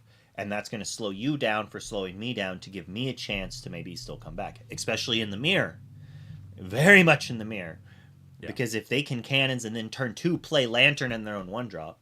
Whereas if you play your Stitch on two, then they have to cannons it. Sure, they can play a Stitch, but they don't have the Lantern. They couldn't ramp. They can't shift theirs. Now you have four ink, can fire the cannons their character and play aerial. Like these are just lines that you learn from playing the game hundreds of games. I had around 1,000 games with this deck on Pixelborn.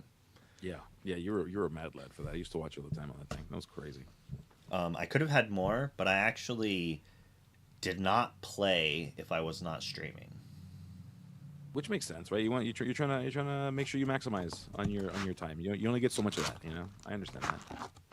It was also just like, well, if I'm going to be playing this game, I might as well be streaming at the same time.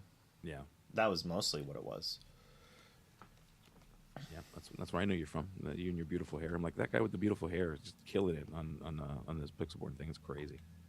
But yeah, so like in my mind, this was pretty close to like the perfect list for what the meta was, um, which was basically the mirror match, tons of red purple, some bad aggro decks, and then like Amber Sapphire, which was trying to take advantage. Like Amber Sapphire could beat red purple a lot.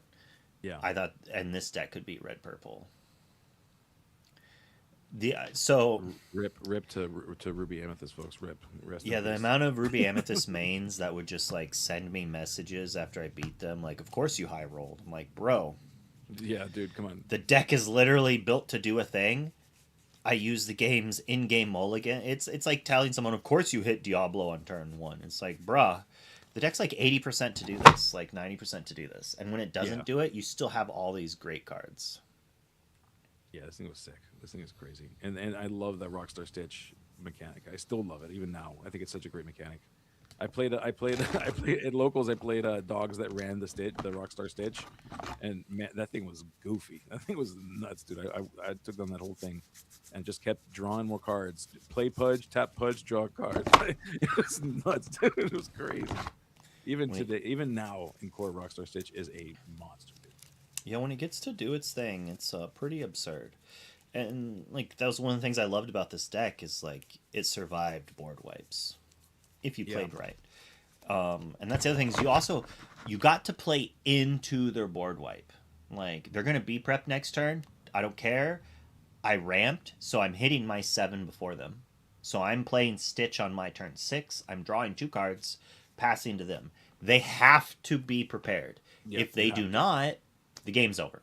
So Yeah, I basically put them in this check turn after turn. They be prep. I play Rockstar Stitch, and I'm gonna have 7 now 8 ink, and I'm gonna play 2 1 drops. I'm gonna draw like 2 more cards and create a board that once again requires a be prepared, requires an answer to Rockstar Stitch. At that point, so they have to have Dragonfire, which is gonna take up most of their ink. They could Dragonfire and then play a 3 drop, like maybe a Rafiki yeah, that can't Rafiki take out one of my exerted characters, like. But that's 2 cards out of their hand. They're running out of cards, right? And this deck just refills so often. Plus, you're doing sometimes you're chaining a whole new worlds, and when you do that, sometimes they discard 2 B preps. They're gonna message you afterwards, being like, "You're so lucky," yeah. but it's like I'm making If you I had just one more discard turn. 28 cards. I'm Yeah, probably, or up to 28 cards, I'm probably going to hit 1 B prep, especially if I do 2 in a turn. yeah. This thing was goofy. Whole New World. Shout out to Whole New World. We miss you. We didn't get enough time to play with you, Whole New World. We miss you, buddy. I do. I think a lot of people do not. I feel like now a Whole New World is like, especially with as many cards are out there and ways to deal with that. I think a Whole New World is good for the game, not bad for the game. I think it's good for the game. I love it. It's it's oppressive.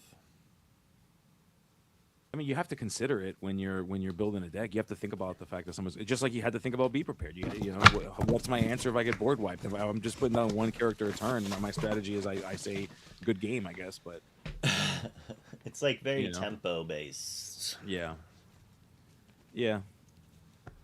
Bring me back to the alternate win cons. I love it. Yeah, I agree. I think there should be multiple ways to win this game, and there should be, yeah, I like it. I thought a whole new world was fine. I didn't think it was that bad. And I got to tell you, I don't hate Beyond the Horizon as a replacement to it. I think that's still a fine card.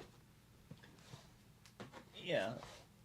That's an example of we were talking the other day is like you ban a card and then you have another version or another card like that Yeah. that's like fairish. Yeah, yeah. Beyond the Horizon, I will say Beyond the Horizon, it feels bad for them more often than a whole new world does. Or like a whole new world feels It's like lose your fair. hand. Like Yeah, because what? like now it's like I'm choosing who gets this, and I'm choosing based on a lot of reasons. And so like I don't know, it's just something. Oh, look at this guy with the double camera setup here, with the love it, love the playmat by the way. What kind of what brand? What shout out to Joshua the brand? Paltry special. Oh, it is. It's one of Josh's. All right, cool. I gotta reach out to him and get one from him. I want to buy one. These things Yeah, are I'm thinking that this might be the ICL prize instead of rings this season. Ooh, that'd be cool. Just look at this.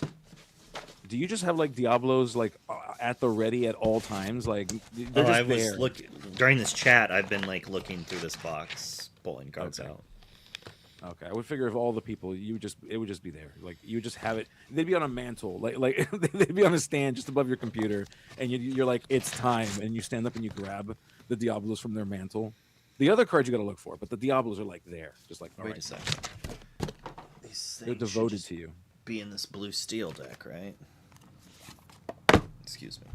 Go for it. Yeah, yeah. Go look through. Is that an orange sleeve we've got there? We're Yeah, rocking but orange sleeves. apparently I put one of the sleeves too high in the box when I shut it and bent it, but Oh, another difference, by the way. I know like going back an hour and a half, but between Pokemon players and Lorcana players, my favorite thing about Pokemon players is that they are proud of the deck that they're playing to the point that they do not care and they will tell you what they're playing, and their sleeves will be indicative of what they're playing, and it will be that, and it's like it's their Pokeball, bro. They're like so proud of it. And in Lorcana, it's like, no, I will not reveal to you the secrets until I've placed my first ink on the table. Magic's like that too.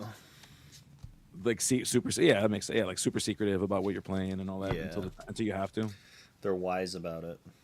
Like I played Wise. One Piece and I was like, when do I have to show my character? Do I have to show it before or after you choose to be on the player draw? And like it was so like no one knew. We had to like go and find someone because like the mentality is just that they just throw it on the table to be like, I'm playing Zoro. This is my Zoro deck. Prepare to duel. And then like a judge was like, oh, you're supposed to show it before you play. I'm like, all right, well, I guess that makes sense. But like, Yeah, depending on who you are, you want to be on the player draw. My deck was like based on the draw, and it's such a good deck that my opponent will always choose to be on the draw and not to give it to me. that's crazy. Okay. And I played like fun story.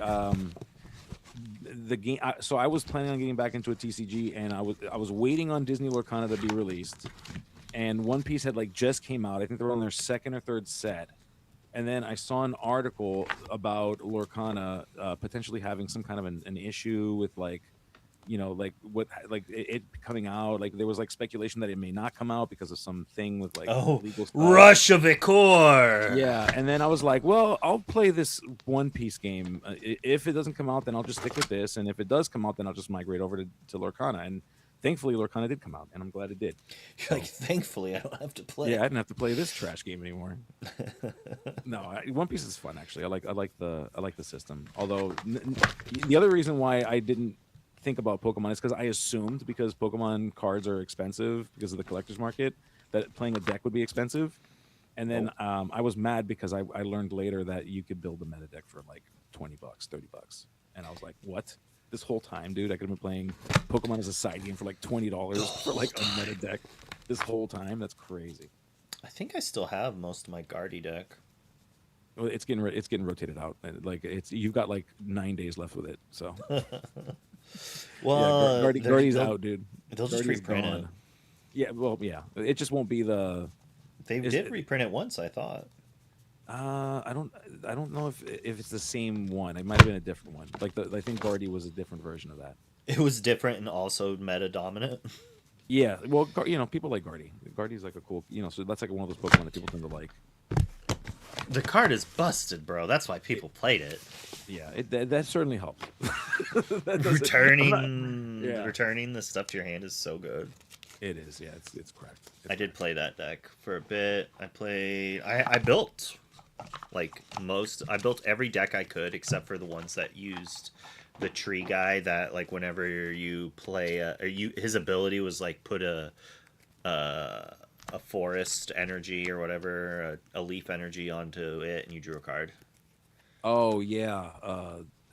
So like any of the Raging Teal Mask Storm decks I Bogopon. didn't get to play. Yeah, so I didn't get to play a few of the decks he was in. But I played the ancient power Pokemon or whatever, like where everything was only a single prize and you kind of win by one-shotting through that and just win the race. Yeah, dude. Anything that reduces prize for a card is pretty sick. All right, let's see. Let's take a let's see. You got your storms. So okay, how do you keep your infinity cards? Are they like in a box? Somewhere you just get your infinity cards in a box? Is that what you're doing? What? Well, my cards are kind of just. My cards are. So this is my Sapphire cards. And it's A through YZ. My Steel is 2 box. So this is every playable Sapphire card that I think is worth anything that I own. Okay. And then I have everything else pulled up. Just anything that I think could ever see play. So there's bad cards in there too. Oh, it's terrible. Okay. I kind of want to do like a tour of like not every single card, but like it'd be funny for you to like to go through the box yourself and be like, this is the worst card in the box. This is the best card in the box. I'm curious what you identify as the worst card in that box that you still think might be playable. Oh, we can look through here in a second. Oh, but finish the deck first. Let me. Here's an April Fool's that got somebody. Oh no. No, folks, please do not be fooled by April Fool's cards, please. I like how they changed the effective date just so it's not like it doesn't say April 1st on it. Oh, they really thought about this. Terrible. These people are terrible. I saw I saw a post. Someone saying, "Hey, reveal season is here. Look, we got our first look at cards that are being reprinted." And it was Here, I'll Sisu and show them. Diablo. I'll show Yeah, them. with different art, and then they even put like set 12 on the bottom. But look at these. Look at this. What kind of a monster would do this? You can kind of Whoever tell did based this, on the art. yeah. You would think so. And then like look at the font. Like the font is terrible. Whoever did this did a terrible job. But you know it fooled somebody. Yeah, don't be Oh, fooled, folks. Don't definitely. don't let them fool you. Oh gosh. Terrible, terrible people. I'm telling you, April Fools brings out the worst in individuals. Oh my gosh. All right, had an ICL message there. Now, I also want to What am I point on out, I'm Steam? looking at your Dreamborn. You do alphabetical ordering. You don't do order by I just did. cost. I only did that because I'm looking through my alphabetized box. Okay, okay, I only did that. This okay. is I was like, you're a monster. What are you doing this right is now, how dude? I normally sort it. Okay, okay, okay. So I sort my cards by set. Like I have four of every card. So I do collect four of every card of every set. I've got them sorted by color and then by alphabet. So my favorite in Dreamborn is to like view by set because it actually shows you like it'll tell you, okay, Fabled. These are the cards that you're looking for in Fabled. These are the cards you're looking for in Reign of Jafar or whatever. Like it organized. I love a dream. Shout out to Dreamborn. Huge shout out for your fantastic deck building tool, and for listening to your people because Surreal is in the Discord always responding to people's concerns. So shout out to them. Dreamborn's nice. I like it. I don't like how it lags sometimes, but that's just it's popular. Yeah. It's free. Happens. I don't have all the cards. I think I'm missing one more if I need to go Wait a through second. Are any. you sleeve? Are those green sleeves? What do you, dude? You're gonna ruin your dude. You're ruining your aura. What are you doing? You're gonna tell your opponent you're playing that right away, dude. What? Come on. We just talked about this. You got to go get your like yellow sleeve. Get your cheese sleeves, bro. Dude, I've got plenty of sleeves to use. You're like, dude. This is what I got. Okay, I'm using them. I don't care. I mean, that's gonna be for my cube. Oh man.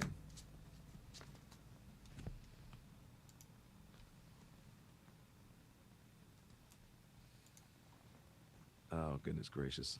Actions, fire the cannon, songs, all of them. Gotta love it. 37 characters feels like a lot of characters, but 20 songs also feels like a lot of songs. So, I think 37. I like 37 characters is fine. That's where you want to be. One fire the cannon though. Like I love the like the one of decision. Like whenever we like, you know what? One more of this. Just I one. just need Just one. one. Just a single. Just a splash.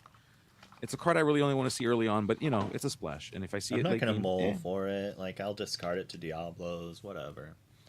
yeah.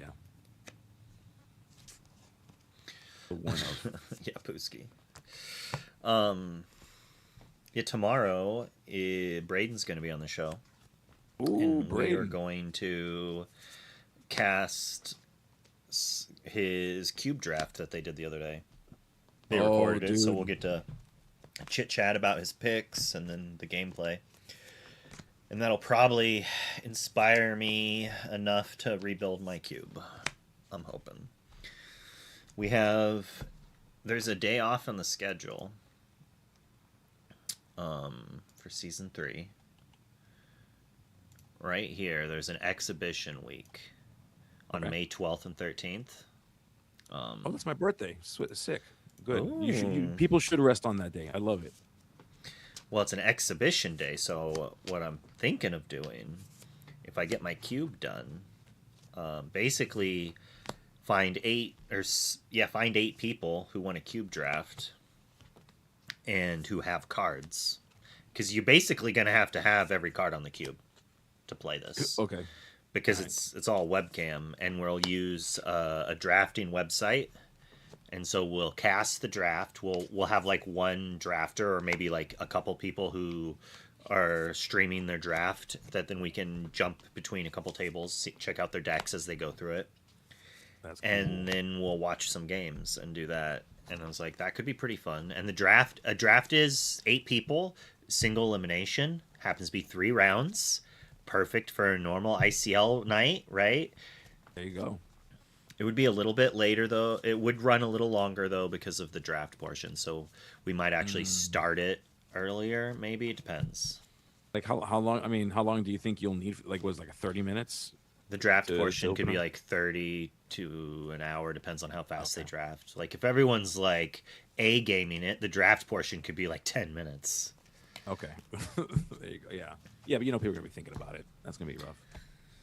But Unless, I mean, I guess the way around it is if they know if they know the cube ahead of time, and they oh like yeah, kind they of would. rank. Okay, yeah. So I they would can have like the rank. list put beforehand, just so Yeah. they know like if they actually have the cards to play, because we do have the Yeah. no proxy rule. So that's It should make it quick then, because like I see if it was me, I'd be ranking every card and then just checking off like as the card gets pulled off the list. Okay, cool. My next up is here. I'm grabbing this one.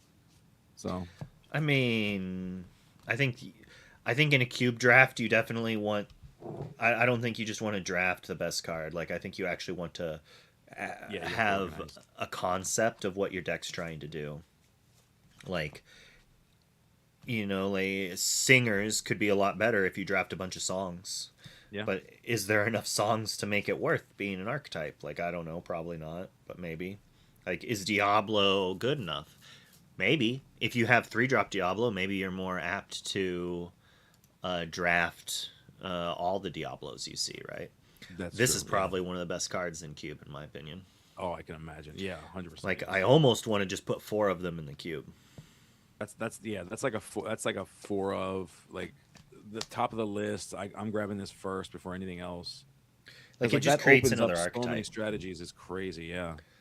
But Braden, they cube draft. They do the Polish cube draft, the Polish draft, which is a loving terminology for the new version that RB tried out in Poland, which is you can draft a 40-card deck or a 30-card deck. If you draft a 30-card deck, then you have to choose 2 colors and you can't play those colors. So you're a 4-color Oh, deck, but 30 cards, or a 6-color deck. do you still lose if you deck out? Yes, Oof, that's tough. Okay, that's kind of scary actually. but you're much more consistent in like your shift lines and stuff like that. Oh my god, yeah, you'd be a monster, dude. Yeah, okay, Especially in a that's regular awesome. draft where it's like you get like 2 payoff shifts and 3 shift targets. In every game, you're just going like turn 3 this, turn 4 5 shift this. Is that good enough? Yeah. Yeah, Maybe. Braden is prolific for these drafts. Like I want to so badly be part. I'm just so terrible at draft formats. Well, I'm how you fix that, right? you play more draft. You You- draft. yeah, yeah. It's just like you just I never get the opportunity. Like I don't have friends that really care about the format. I really. Oh man, You're in the loungers, don't they do? they Oh, do you do. like my box? I made this box by Wow. I love Frankenstein. basically Frankensteining 2 small deck boxes, 2 That's boxes crazy, together. dude. That's like 75 cents. I'll ship you one. What's going on, dude? Is everything okay? Do they sell these things What? for like $5? And I had extras, and I was like, it was more. I don't want to just throw away cardboard. Oh, I mean, I have hundreds of like around 100,000 cards, probably, maybe a little under yeah, I now. can imagine. Across the 17 games that you play. We're only on 1 now, hopefully. I mean, I guess I did play Hopefully. Magic on stream the other day, but There you go. for half. And Slate. Oh, we just caught it live on stream, folks. Did you see Luke that? just spilled all of his cards on the floor. Oh no! 1 or 2. Terrible. Oh I have to no! like look Hopefully- to make sure I can move my Yeah. wheel. Do not roll your chair, dude. Your chair needs to be. Do not move that chair. Oh no, God. Oh goodness. Oh, all the cards damaged by rollerblade wheels, folks. See the rollerblade wheels. Now they're scary. That's fine. You want to you see go. what kind of bad cards are in here? Merryweather. Hey, wait a second. I like Merryweather. What are you talking about? I think that's actually a pretty good card. That's why it's in the box. It's in the that deserves to be in the box. That's a great card. Malicious, mean, and scary. How many of these are we running? I thought you said 3. You reduced it. I believe you reduced it to 3. 2 Yeah. Pete's. Or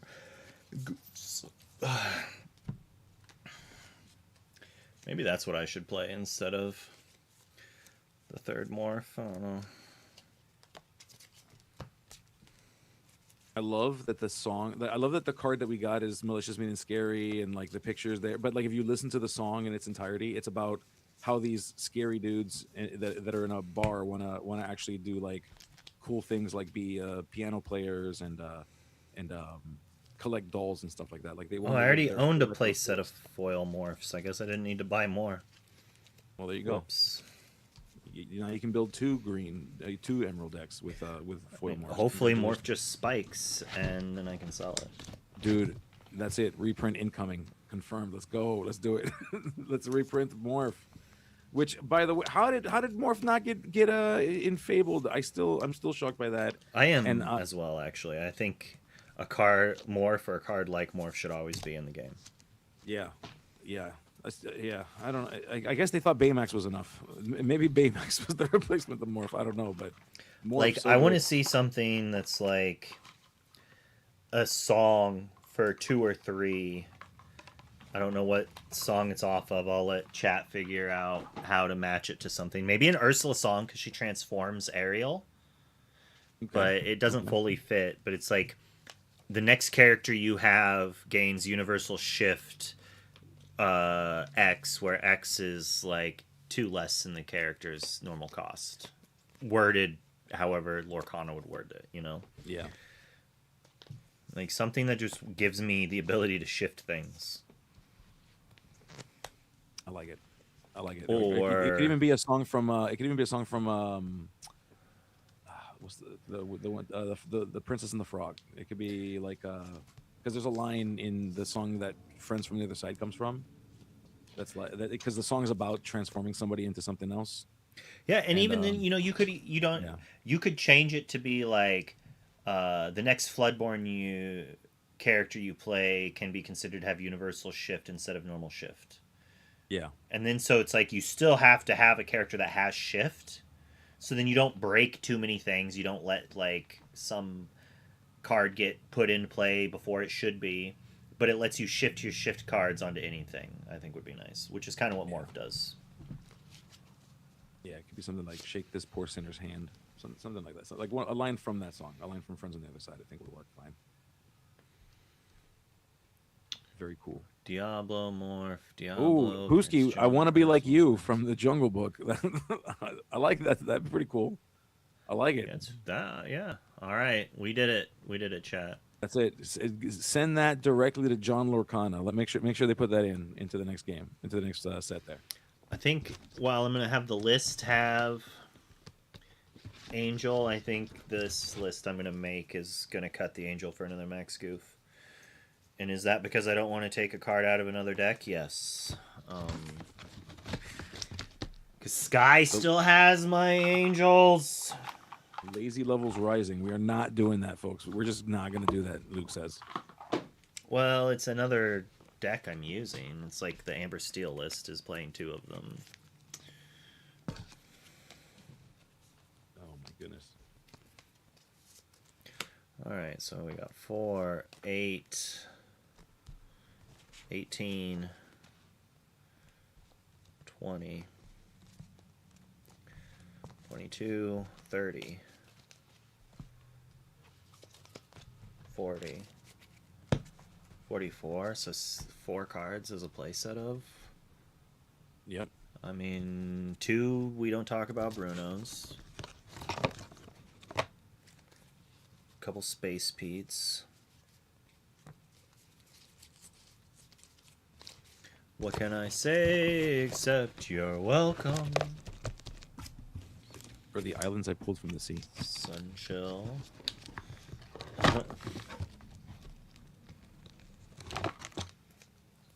Speaking of which, check out the shirt. I'm wearing it here. Let me see. Oh, I'm about to do the thing you hate that I do, but I'm gonna do it anyway. Move the camera. Move the camera around. Yeah, sorry, dude. You got to check out the shirt real quick. Look at that. I got my Maui shirt. You're welcome. Nice. Boom. Shout out to Maui. Shout out to live action Maui, The Rock. I was gonna put one Prince Philip in, wasn't I? The vanquisher of foes. I mean, you're playing malicious meaning scary. You feel like you got it right. Are you gonna get to 9? Is that your goal? Is to get to 9 ink? I have use that? morph. Oh yeah, you do have morph. Never mind. You don't need a Prince Philip. Yeah. Maybe I'll do that instead of the goof. That extra goof. Oh, terrible! You're a monster, dude. It's not bad enough that you're gonna rip my hand apart, but then you're gonna board wipe me with a malicious meaning scary combo too. I'm probably just gonna ink him a bunch, but it's like, let's see. I've got 7 cards in my hand, 6 of which are costed between 1 through 3. Oh, look at this 9 cost card. Yeah, okay. Let's go to my inkwell now. this works. You live this here works. now, dude. This is where you live, bro. In the inkwell. You know, Yeah. I could shift him and then sing "We Don't Talk About Bruno." Yeah, Pooskie's like that one in 100 games when you fire that thing off. You're gonna be like, I am immortal. That's how you deal with all the ward characters, right? Yeah, exactly. Space Pete. Deal with all the grab your sword does the same thing too. I mean, you gotta play multiples of them sometimes, but hey. These ones already have sleeves on. Wow. Okay. Those are from the list, dude. That's from the winning list, probably. You just ripped them out of your deck box, just stuck them in there. Fresh from Seattle, there. Boom. What? This card wasn't in the format then. No. Okay. All right, then I don't know. You just like the space beats so much you wanted to keep them safe. Well, I had them in decks. Yeah, why wouldn't you? That's such a good card. So good. Even now, so good. 5/5. Resist when it's exerted. Stops people from singing. What a monster. Does that get rotated out? What set was that? Is that gone? Next 7. Wow, it gets rotated out? Right? No, it doesn't. Wait. Yes, it does. Yes, it does. It does. Yeah, it does. Because it's 9 and up now. 9 and up. How do you feel about how do you feel about the 2-year rotation? Is 2-year rotation the right number? Should it be 3 years? I like it. 2 years is fine. Here's what I'm worried about. I think we're gonna look back. I'm worried that we're gonna say the same things that we said about Fabled. So like when Fabled came out, I was like, man, there's not enough cards, and everything feels so samey, and like there was like a lot of. I'm worried that like we're gonna do the rotation again, and we're gonna say the exact same things that we said about Fabled, but for this set Dude, we played with just set 1. I think people will be fine. Yeah, but you know what it is though? People are more forgiving because the game is brand new, and like when the game's been out for years, it's like, dude, come on, get it together. I've been in this relationship now for 3 years. You keep promising me you're gonna change, and you haven't changed yet. You told me you're gonna get up and like do stuff. You told me you're gonna walk the dog. You haven't done that yet. It's been 3 years. Like, come on, dude. See, I actually signed the cards that I won the DLC with, and I put Seattle first on it. I love that. So like, I love the idea of like immortalizing the deck that you did really well with at an event. I love that. And I'm planning on giving these away eventually. But I am keeping the one foil one I played with, but then like I foiled out the rest of the deck. So I'm just playing with the foils. Yeah, I want to spike an event and then just like hermetically seal the deck somehow and like put it on display. Like maybe do have like a giant wall that every single card I send every single card in and I get it graded. So all 60 cards in slabs just up on the wall. Each card signed. Yeah, every card signed by me. I wouldn't. That's the thing is I don't want to. I didn't sign the Ursula 3. I just put the first DLC Seattle 2024. Okay. Yeah. Because that's cool to me, but I don't want to look at my signature. Cool. How much practice did you do the leading up to that event? Like what was? Do you feel like it was more than you've done now? Like is it like the thing or do you feel like you have the same amount of practice now as you did for that event? Same. It was far enough after Pixelborn. Atlanta, I probably had the most practice for, just because I played Pixelborn at that time. Yeah. I always wondered. I'm like, I what was makes you? Why are playing. you better than me? That's basically what, like. Why are you better than me, dude? Like, what? How did you get there? I That's what I played want to know. Magic the Gathering for 20 years. I feel like that makes you worse than me. That's crazy, and yet it makes you No. better. I No, think I'm if kidding. someone told me they played if there are two people and one said they played Magic before and the other one said they didn't play or they played any other card game, I would assume the Magic player is better. And Okay, I think that's I would fair. be right like 90% of the time. Sure, Yeah, there's outliers. There's Zach Bivens in the world, who played yeah, another card game really well and were able actually to change. The difference is Magic is very similar yeah. to this Did game. Sky play Magic too, or because He I know did. Sky played. He did He play Magic played too. Magic and Pokemon. He played a Yeah, few I know he different played. I know games. he played Pokemon. But I also played Jank. Some of these sleeves are different than the others, but they're all crazy. If you could look at it, you could tell they came from different boxes. Um, I played a lot of Jank, which is basically Lorcana of sorts. You could take like a cube from Magic and you take all the lands out and then you just shuffle it up and you play a single stack and you play anything could be inked face down to add 1 mana of any color.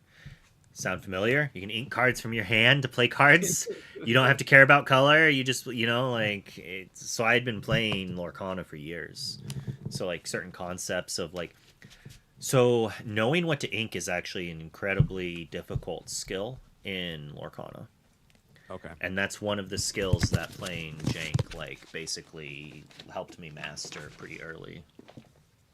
Yeah, yeah. Like identifying, like seeing your path forward and not inking something that you'll need, or like what's the is there a name for that mechanic in Jank? What was it called in Jank? It was just playing a land. We just face down. Okay. We didn't. It was like we made the format, so we didn't really try to think You of don't really fancy name it. names for things as much. Like when I explained it to Magic players, it's like, oh, it's mental magic, but you play the cards as what they are. And mental magic is crazy. We should play mental Lorcana sometime. All You right. mean where you like just say what you're like? Okay, I play this card. No, I play no, that no, no, card. no, no, no, no. All right. So you just take a stack of cards, random cards. So there's magic cards mixed in with this because this is my like shuffle pile. This is crazy. Like seeing all these cards from different games just in the same pile is wild to me. Like that's one thing I won't like. I do not cross streams. I do not combine the game cards. I Like, they actually. have to be separate, or I'll go Oh wait, ballistic. no, I have a jank I have a Lorcana jank, and you're not gonna like it because it has magic cards mixed in. That's fine. I think wanted to it's fine. try it out to see how it was, and I'll tell you, playing Lorcana with counter magic is Oh a no! lot better than you'd think it is. It was actually really fun. Oh, holy moly! So for mental magic, it'd be like, all right, for mental Lorcana, it'd be like, here's my hand. Could you imagine having Narset in here? Oh, that'd be so crazy. Yo, All right. So this is like my starting hand, right? yeah. This card is any inkable 2-cost steel card in the game, Oh, except for what is printed on the card. what the heck? That's crazy. And every card can only be played once in game. So if I played this isn't a dock, but if I played this as a Seven Dwarves Mine, no one else could play. So both players share the same thing. You couldn't play another Oh, Seven so you don't Dwarves have Mine. so every card's unique. Like they're universally unique to the game. And Like once if they I go to play the it, you can't discard have it. pile, they are now what the card is. So in the discard pile, this is just a 2-cost sleepy. So if I played a card, it's funny. If I played another 8-cost that was a Circle of Life, targeting this, it comes into play, and then I have to choose a 2-cost Okay, that's not this card that is so to fun. replace it. Be like Awesome. Black Heron, like it expands your mind of what cards. That's insane, and I love every second of how chaotic a game like that would be. Pox. Wait, Lorcana with counter magic? How does that work? I mean, you just play it like you play it where you have instants. It was interesting. I'm probably going to take out the instant damage being like, you choose that as a challenge, I'll bolt it before damage. It didn't feel right. It was magic, but it didn't feel right for Lorcana. The counter magic though worked really well. I countered the first like 4 cards my opponent played, and then played Suffocating Blast, and I was like, that's why you quest before you play cards, bro. like, you didn't learn that lesson in Lorcana. That's not a normal lesson. This is a magic lesson you have to learn. You attack and then you play your cards, right? Like, Oh man. yeah, Wrath of God. Didn't you want to be prep for 4? Yeah, dude. Be prep for 4 is insane. I played this, and Would that be inkable? Like, would you consider that an inkable well, card? so in this game mode, everything's inkable. Okay. So that's terrifying. That's just I'm scared. But we did actually come up with a thing that if on Magic, if there's no colorless ink, then it's uninkable. Oh, okay. So like Counterspell is uninkable, but or like this Grim Lavamancer is uninkable. Grim Lavamancer, way worse in Lorcana because people just challenge it. You basically only get 1 activation. Oh, But okay. That's right, because in Magic you attack the player, not the creatures. yeah. Yeah, that's okay. That's a Here's where my I forget other how important that is. There's my other foil, Long Came Zeus. I was like, I just completely forgot I made this. It was a fun little experiment. The Lorcana players I played with it kind of broke their brain a little bit. Like, I didn't think it would be that difficult. I think if you're playing with someone who knows how to play Magic, it's perfectly reasonable.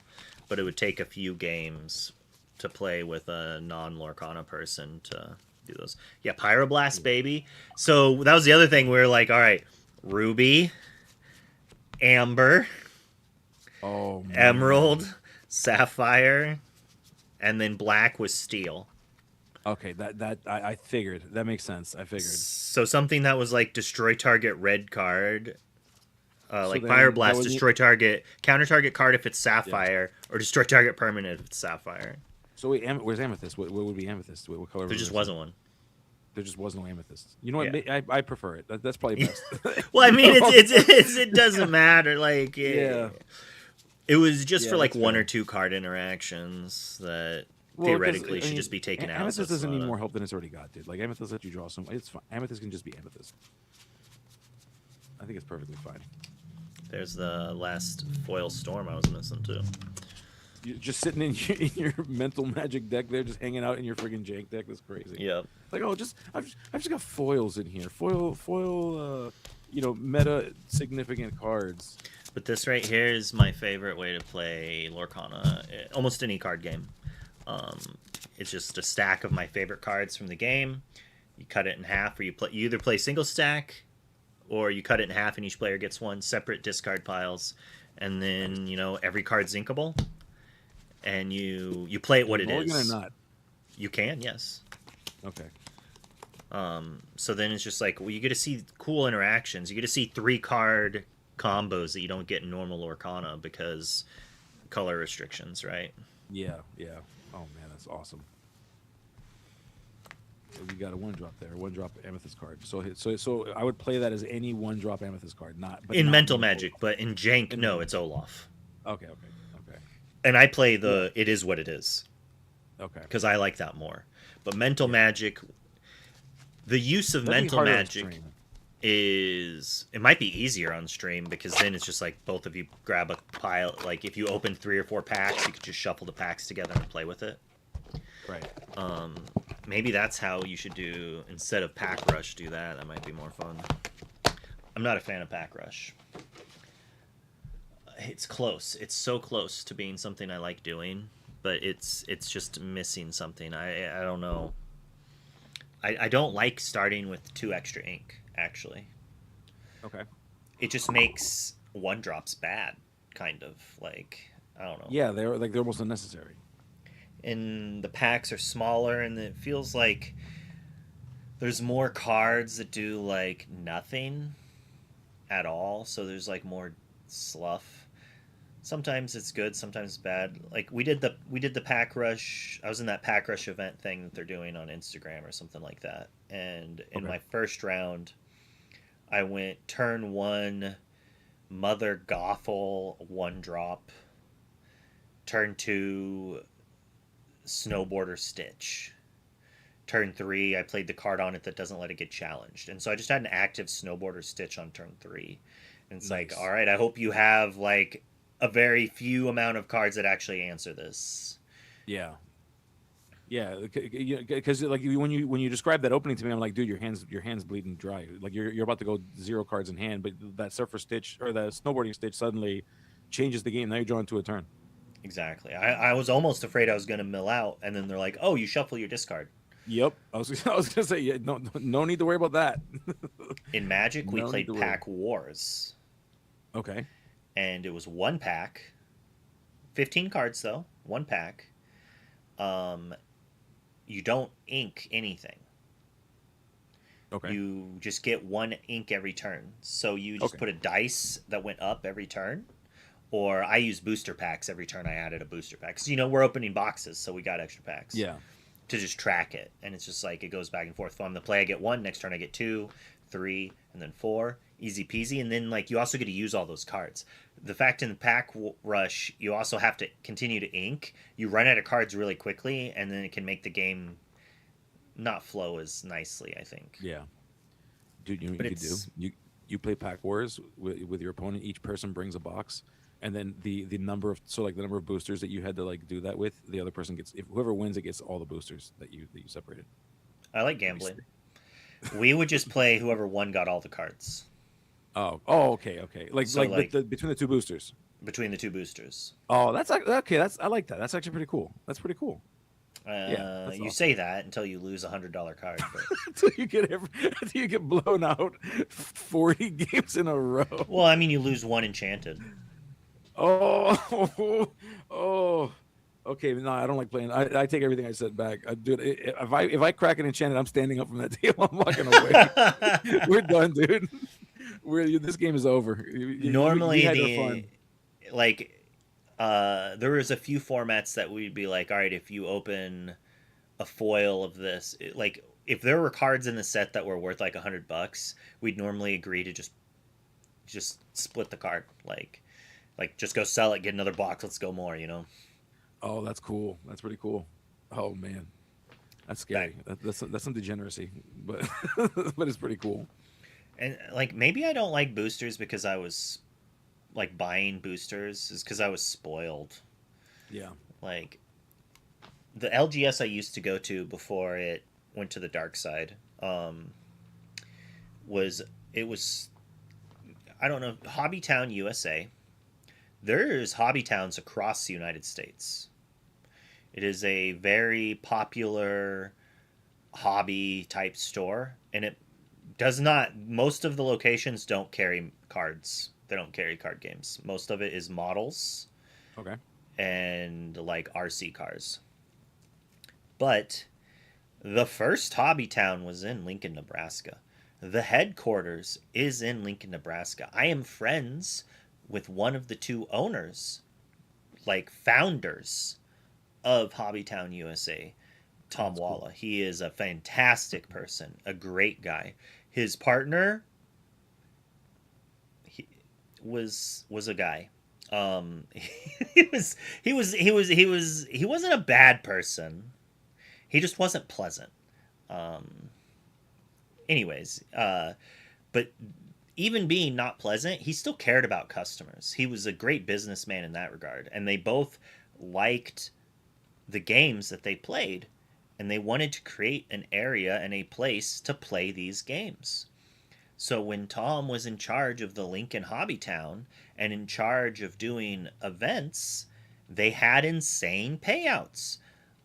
Like at a pre-release, it was we'd have pods. This was like a little later, but it still like showed the methodology or like the culture of the area.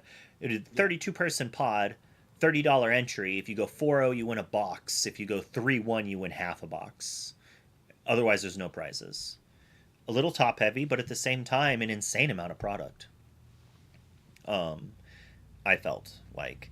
Yeah. And before that, it was like top eight wins a box, and then they also got to do a Rochester draft or a booster draft, keep those cards, and then play for better, even more pricing, right? Like really good. Nowadays, that same place is 2 packs a win, Okay. which I despise. And people who are bad at card games still get 2 packs occasionally, so I guess they like that. Yeah. Yep. 2 packs But a win. Yeah, it's kind of that's kind of dookie. yeah, when you get first place, it's like, here's your 8 packs. Yeah. Yeah. Thanks, thanks. Ugh, that's rough. That's rough. Oh man, but I mean, it sounds like a cool.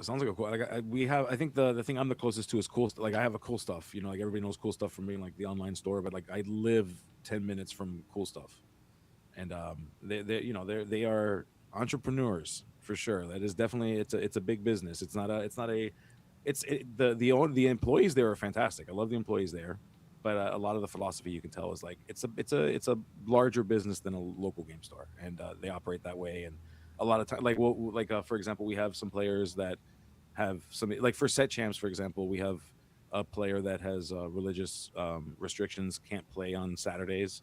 And so like we'll be like, hey, so can we like maybe not do set champs on Saturday? Can we do it on Sunday for this one player that's like one of your locals? And they have to like run it up the chain. They have to like go up But four they still four did it, four right? lines of people. They were forced to run it on the Saturday because there was some Brutal. thing that yeah. So Just like another it's stuff event like that. already scheduled, basically, and no other time. Exact. Yeah. Yeah. I mean, that's another issue. I don't know how much of it is for you. These towns that have 7 shops and they all run set champs on the same day. That's It's like me. you have an That's what. entire month of Saturdays and Sundays, and you all choose the same Saturday. Like, do you Yeah. do you not like money? Is this what Bef- it is? Before the Ravensburger Play Hub had the calendar view, so like some people may be listening, they may be aware. Like one of the things that I helped start was the South Florida Lorcana Network, which is what was Ooh, like you helped start that? yeah, it was like me, Stefan was a part of that. Like that's like that. I'm still an admin of that channel, and like the use case of it was, hey, there's people all across the tri county area. Set champs are being fired off at various locations, and then the stores are getting like 3 people showing up because there's 7 stores running it. So like it was like our way of communicating with the store location. So we helped to collectivize that and to say, hey, stores, we're helping you by making more money. Help us by distributing out the dates, dude. And so like that was like a big use case for that. But yeah, that was me. Me, not by myself. It was me with 5 other people, 6 other people. So Oh, it looks like I got to pick my wife up in 20 minutes. And by oh, that I nice. mean You have leave in you 20 need about the minutes. door. Oh, okay. I Leave in thought you 20 meant like minutes. okay, cool. I have to pick Yeah, her that up sounds from good. work at 2. Okay, cool. Yeah, yeah, dude. Be a good husband, dude. Go pick her up.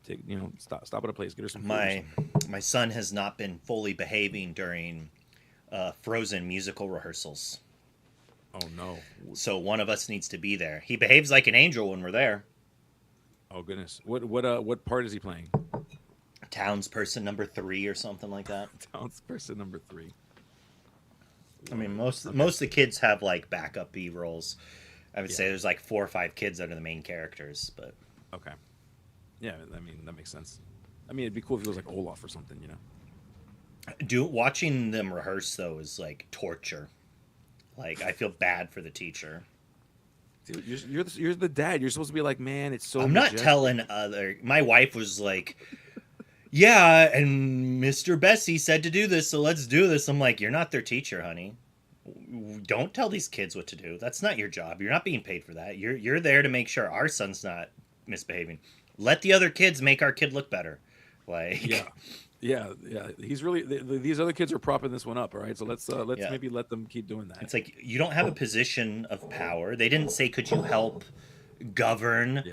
or run this?" No, they said just try to be there so your son doesn't hit kids. All Yeah. right, mission accomplished. He didn't hit anybody. Like, We did our job. We're good.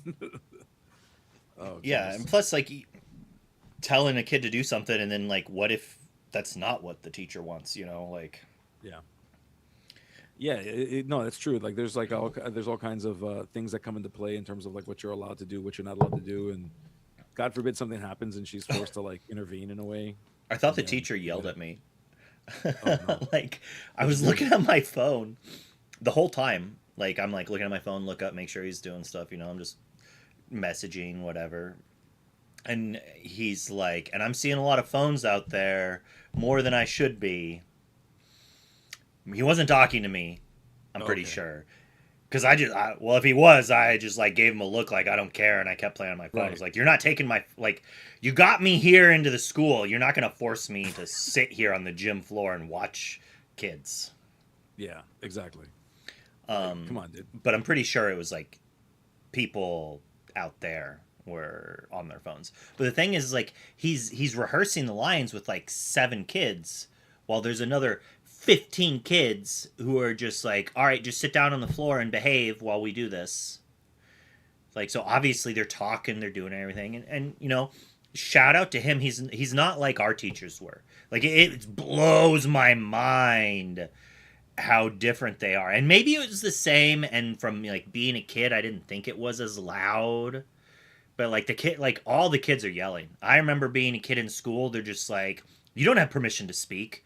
Be quiet right now. Like, that's how I just remember iron fisted like that. And Yeah. it's like, I think those teachers would not survive the elementary school my kid goes to right now. Oh no, no. Yeah, Yeah. kids theater is super hard to wrangle. They gave them snacks at the end too. That's the thing, is like, they're in there till a certain time and then they leave and we pick them up. But now that I'm inside, I get to leave 20 minutes early Oh because man. he gets his snack and then we're like, let's get out of here. Like, I'm not gonna sit down so you can like watch you eat a snack. You can eat in the car. Let's go. Get out of here. I Yeah. really like that accent. Anytime I'm be like, get out of here. Get my Mayor Quimbley. My What region JFK. of the United States is that from? Like, what Boston. I is that? think Is that your Bostonian accent? Is that a what we're really going with? poor one. It's just fun to do. My That other is funny. favorite one is Scrooge McDuck. Oh, is that Scottish or Irish? It's Scrooge Scott. McDuck. Yeah, I it's think it's Scottish. Scrooge. Yeah, I I think it's think it's Scottish. I think he's Scottish. Scottish. He's a Scotsman. Yeah, like he strikes me as like the kilt wearing kind for sure. Yeah, he's wearing a kilt, I think, in his thing. If Yeah, you haven't watched DuckTales, that's yeah. definitely one of the shows as an adult you can still enjoy, especially the new one. I don't know if the old one is actually like. I'm also different. My things I like are not the things other people necessarily like. I loved Invader Zim as like a high school kid. I remember Okay. thinking it was hilarious and whatever, and I went back and I tried rewatching it and I'm like, I do not like this. Like, I This is terrible. cannot believe I thought this was funny, and like, it's like, when did cringe humor stop being funny to me, I guess. I like just an I don't know. Like, maybe it's because Not, the yeah, things that they're trying to tongue in cheek make fun of, I have now like consumed the yeah. original content as well as been in the scenarios. Like, Yeah, but it's not every that was show. our version of brain rot, dude. Like that was like our trollalero Kinda. trolala, you know? Yeah, Toast! Doom! I always sing the Doom song! Doom, doom, doom! Like, you're just annoying. You're just annoying and irritating. Like, it's. Do you watch South Park? I do. Yeah, I do. It's Well, I like used to. Not when. not I anymore, think but I it's used to. Stan. It was when Stan, like, everything started to sound like poop to him. Okay. And he Yeah. like went to the doctor and they're like, you have like da da da, you're turning old and everything just sounds like shit now. It's like, Yeah. Yeah. That's exactly how I feel. but Yeah. I go back and I watch like King of the Hill. Hmm. Classic, hilarious. The It is. same characters I still find funny. It's not like I used to think Bobby was funny and now I'm like, oh Peggy, I see it your way. I was so silly. Of course you should have beat the children. Like, Yeah. No. That's my purse. It's yeah, still funny to me. That is I, still I hilarious to still me. I still despise Peggy with like all of my being. And I Yeah. still don't like Hank Hill very much. Like, all the things I didn't like about it, the characters I didn't like, I still don't like. I like, so it's not like I evolved Yeah. necessarily, but part of me did. Part of me did. But Did, so a did, lot of retro cartoons, yeah. not a fan of. my wife was like, "Oh, the Jetsons are on like da da da now," and I'm Yeah. like, "Yeah, okay, I don't want to watch the Jetsons, the You can watch Beavis and Flintstones. Butthead. Get out of here, bro. Get Yeah. out of here." You know, Beavis and Uh, Butthead's on Paramount. You can watch that. They have all new episodes of Beavis and Butthead. I was not really a fan of that show when I was a kid. I didn't have cable, so I didn't really get to watch it. I played the video game on Sega Genesis. I That's cool. That's okay. Pox. I did watch the reboot. I thought it was entertaining enough. I don't think it was as good as the original, Yeah. obviously, but it was not bad. There's too many redemption arcs. They're like, don't hate Peggy so much. Yeah. I played She, I've not played the pencil game. Have you seen the reboot? I no, I have not. I still need to. I keep saying I would, and I just haven't. It's just not been on my list of So things to do. there is a game that they play in the reboot where they have pencils Okay. and one person holds the pencil and the other person tries to take the other pencil and hit it as hard as they can in the middle to break it. And whichever Okay. pencil breaks loses.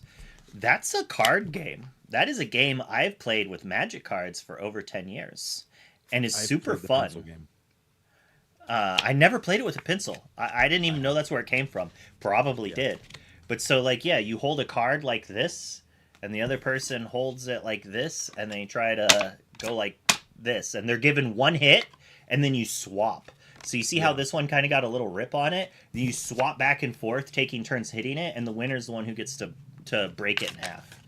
And obviously, you shouldn't be ripping your Lorcana cards. Yeah. Don't do that. But if you want to play a fun game when you're opening boosties, you want to play a really rough game, you take the foil out of the pack. You don't look at the rares. You shuffle the pack. Oh no! Don't And don't do that, folks. we'll Don't listen flip to it and Luke. He's rip it. crazy. You did. I never played that. I'm too value Flip it and oriented rip it. to do that. So you No, flip a card and then you rip a card and you flip a card and then you rip a card and you flip a card and then you rip a card. that's insane. Yeah, no, I did it with pencils in middle school and high school, and like, thinking about the two trends, like the one thing that would happen sometimes is you'd hold the pencil in a way to try to like minimize the damage. You try to like spread the impact, but sometimes when they would flick the pencil, they would hit you in the hand by mistake. And there was rules like if they hit you in the hand, you got like you got like one You extra just attempt jack at the them in the pencil. face. Yeah. Well, yeah, it got really dicey. But I would imagine with like the cards, like paper cuts are gnarly. A cardboard cut. Have you ever been sliced by a box? Yeah, That hurts, dude. hurts. That hurt. It is worse Um, by a factor of a with the thousand than a card, it paper cut. actually you normally don't get hit by it because the uh the pencil's longer, right? So because this is like this and you put your knuckles out, that Yeah. if they hit too far this way, their knuckle hits your knuckle. So you kind of get Okay. knuckle on knuckle more than just like crazy paper cuts across your thing. Oh, I okay. had much Okay. more knuckle contact, which still hurts.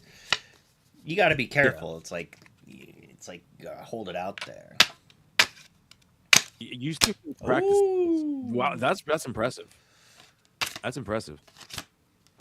It's unfortunate. I I'm not like this even. card. I hope it's not expensive. Whatever you just ripped there. Maybe Hopefully 50 that wasn't. cents. All Oh, right. okay. All right, here's a Lorcana card for you. One costs one. Amber. Okay. Amber. Action. Has a special ability called Rerun. When you play this card, you may pay an additional 2. If you do, put this card back into your hand instead of putting it into your discard pile. Ew, yuck. Okay. So basically, for 3 total, you can play it and return it to your hand.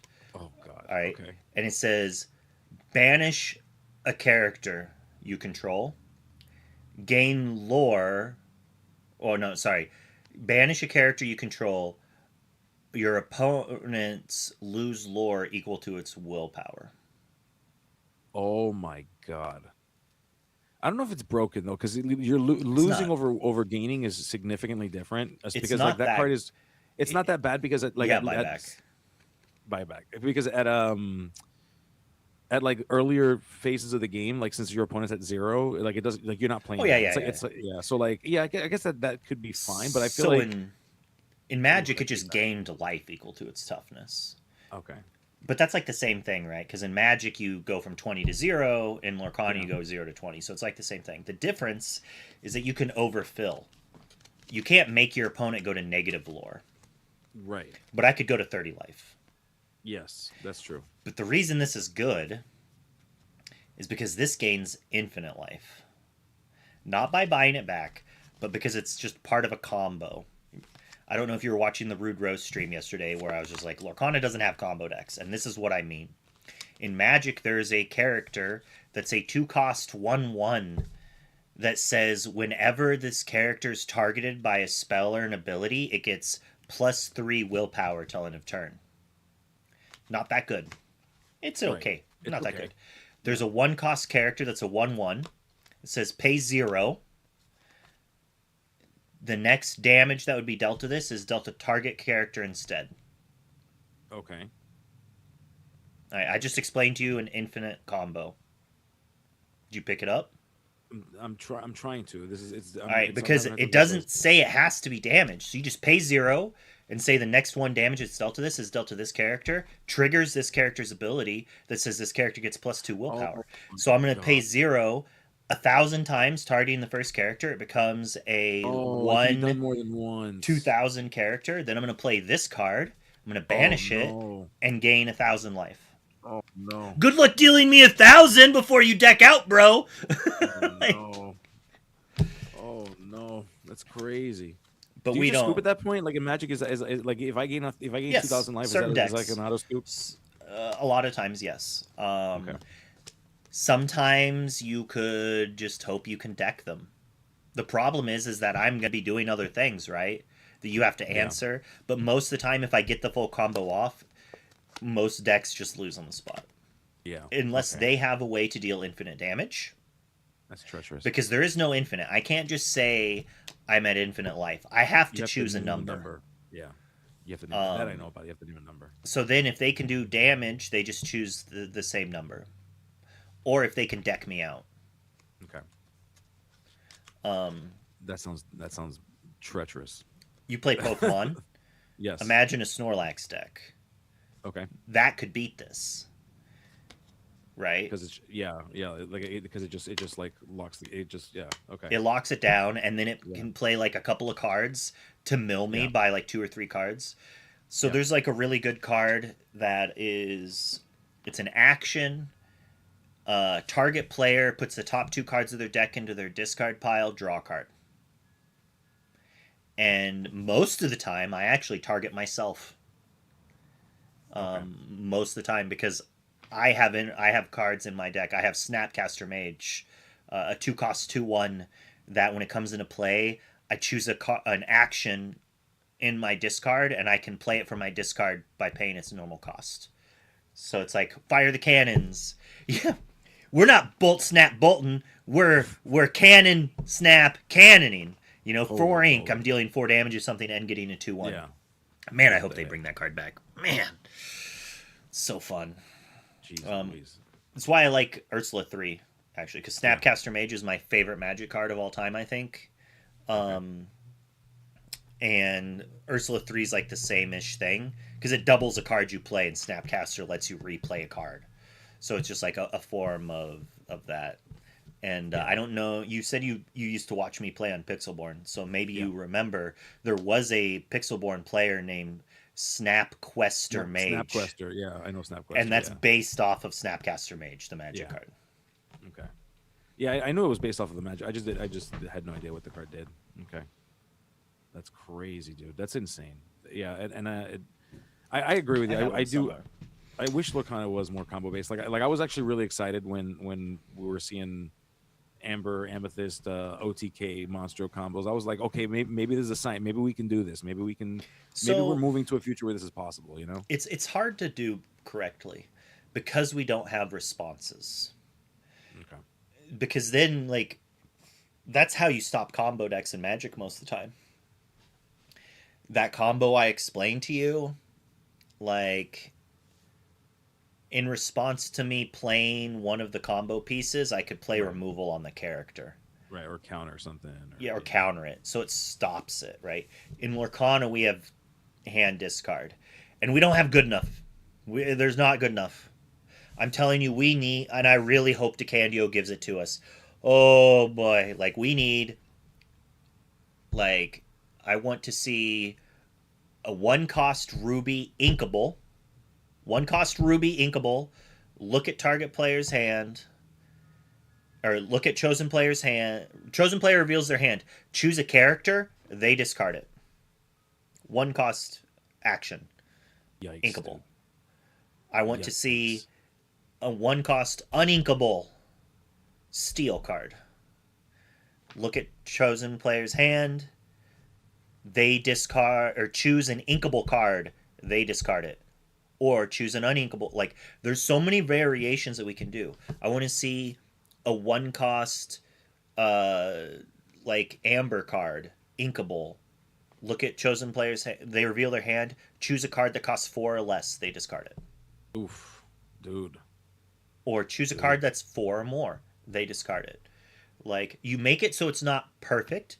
There's still ways of doing things. Apparently, Snapquester Mage still does YouTube videos of his League Yeah, games. yeah. I get them every so often coming up on my feed. I didn't know he still did stuff. That's cool. Yeah, Got to get him on an ICL team. I'm telling you, it'd be fantastic. It'd be a lot of fun. And miss the guy. We miss you. We miss you, Snapquester Mage.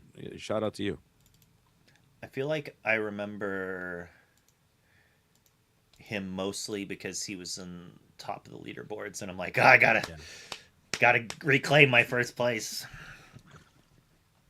Oh man, like, I respect everybody that's on the leaderboards. I just don't play the digital stuff that like that to the point where I'm like I care about. Like I don't know. You know what I worry about when I play any game digitally that has a physical component. I worry that I'm using it as a crutch, and that when I go to play paper, I make all the mistakes in the world. So like I tend to undervalue that. You should play as much digital as you can if you have the option to before an event. Um, when I tested for Worlds, Sailor and I played Tabletop Simulator every morning, every weekday for like 4 or 5 hours, just I think testing different TTS decks. TTS is the exception because you dictate. I think a lot You of can do like the take actions. backs. You Yeah, can fix things. It doesn't destroy the game. It's perfect for testing. yeah, I would agree. There's no It forces you spectator to mode, think so about it. people can't see what we're doing. Yeah, Bro, that's you want to see? I wonder if I can. Let me see if I can log into it. I made a separate Dreamborn account just for Worlds because you can find people's Dreamborns. yeah. So like trying to hide Dreamborn things was like quite. It's not enough to just private the deck list because like if I pulled up a You Dreamborn. have to make them unprivate to import them into TTS. Oh, that's So I right. was just Yeah, like, yeah, I don't yeah, want yeah. this like crazy couple moment period because once they have it, Yeah. because even if it's private, they can still get to it once they're there once. Okay. Because you Okay. can See, still I didn't link know. them. It's weird. I don't know why it didn't work or it had to be that way, but man, that's the Smart. ICL. Man, do I not still have the? It was Oh like man, I not don't. Wonderland. Was the name of the account. I can't log into it. I Yeah. don't have The the logins. Yeah, the it was probably something yeah. like this is not Wonderland. Well, no, I made a new email address just for it because Oh, okay. I have like 2 or 3 main email addresses, and one's used for my main one, one's used for ICL because I used to upload every ICL list onto the Dreamborn. Yeah, I missed that by the way. I really like Yeah, that do you know how feature. much work that is? Oh, I'm sorry, Too but I much really did like dang it. work. It Especially was cool. now that we're doing 12 matches Yeah, or yeah, it's a 6 lot. matches. So 18 deck lists, It's a lot. Yeah, it's shout out two to you for days in a doing it. row. Like For I running have the thing. to copy their deck list, paste it, type their name, like copy their team name. It was like 4 or 5 things that if only one person had to do it, it would be fine. Like, or you only had to do one, it's fine. But when you have to do like 10 of them or more, it's just like my ADHD was screaming. Oh, Yeah. thanks for the sub, Pox. Is that a Um, hype? Is that a hype train we just started? Is that what that 1 of 10 thing is? no, it's just we hit my sub goal last night. Okay, cool. Or maybe no, we hit it earlier with D's nuts. I didn't notice oh, he did resub earlier. I think. Hey, he got me to say his name. I haven't said his name on stream in months. I'm always like D's. He got me to say his full name, bruh. All He it should takes is clip a it. sub, Be dude. That's happy. all. That's it. Worth it. Worth every penny. That he got his subs worth right there. Oh, here's a good question for you. What Lorcana deck would you recommend for a Magic player who plays Demir? All right. So if you like to play aggro decks like Red Deck Wins, you probably want to play some hyper aggro thing. If you like to play elves, or if you're a modern player, Yawgmoth, the Yawgmoth bargain, or not bargain, but just like the green black Yawgmoth deck, that is dogs. Ooh, That is okay. dogs. It's just like a character mid range deck that has a, oh, answer all your characters. I'm going to keep questing and win. Under the Sea is very similar to Yawgmoth in that regard, where it just answers their board in one hit. A little different, but that's kind of how it is. I played Delver, which is close to Demir, but I don't know if you're meaning Tempo Demir with like Psychic Frog, or if you're meaning like a Control Demir with Counter Magic and Removal. They're a little different. But I played Steel Song. But current Steel Song is more of a mid-range tempo-y thing, because you're playing a character, then you're singing removal while adding more characters to the board.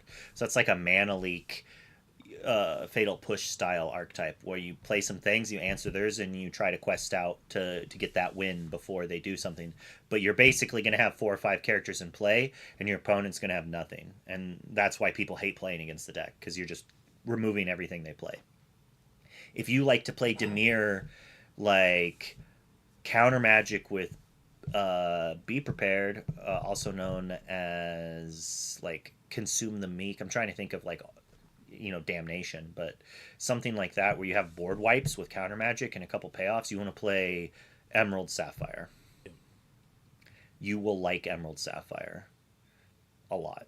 It's there's a reason I played Emerald Sapphire. It's really good. It has the ability to win any matchup. Like, you draw tons of cards and you answer everything they do. Yeah. Like, Emerald Sapphire is where it's at. I need Yeah, to that cow, log you gotta love in. cows.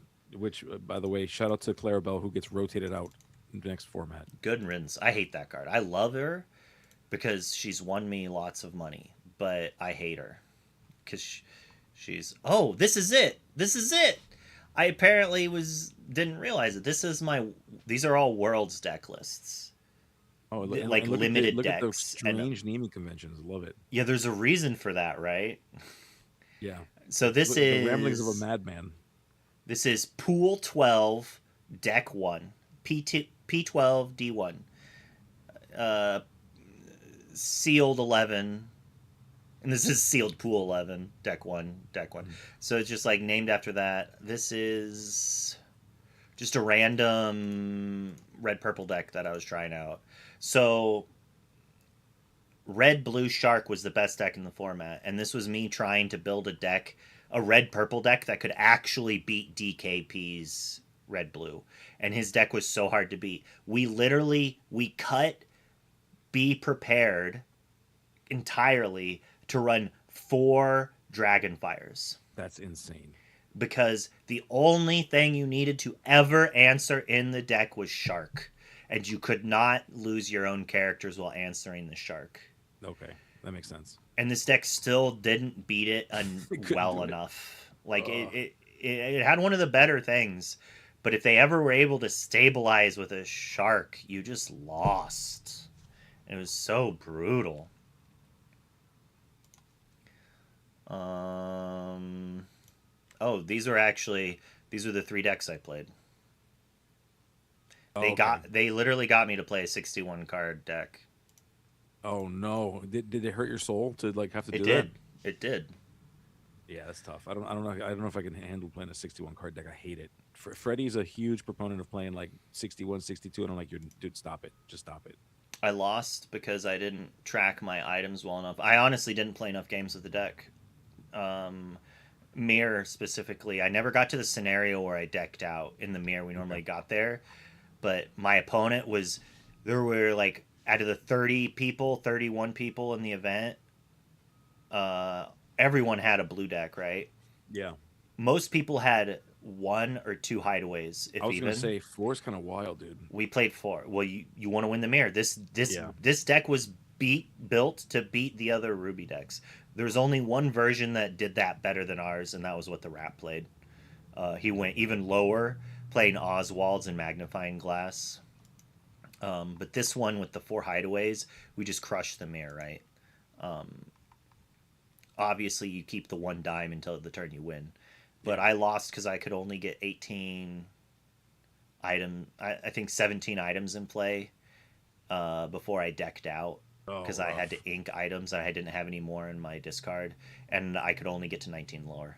Oh My opponent no. literally like he answered every single character I played for like 7 or 8 turns in a row while I'm just like trying to set up to win with this dime. I just needed to gain any lore, and I he just just need like one chance here. I got him down to like no cards in hand. He tanks, he tanks, he tanks. He does something. The next turn he draws B prep. Next turn he draws B prep. It's Oh like, no. That's rough. Yeah.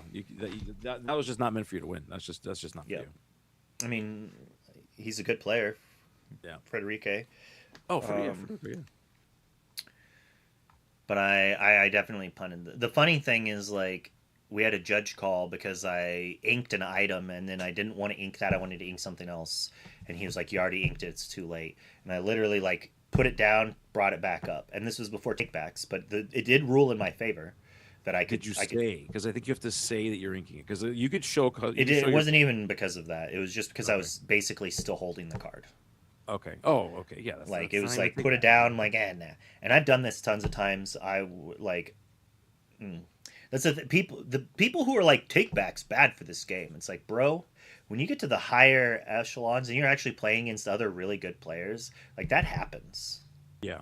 Like occasionally you have some people trying to rule shark it, being like, no, I don't want that. You made that mistake. Like they want to win off of that, but it's like a lot of the best players in the game they don't want to win because you did something stupid like that, like a dexterity error or Right. a half-second blip. Now if Yeah. you commit to the mistake, that's different. Like you want to obviously you want your opponents to make mistakes and win, but you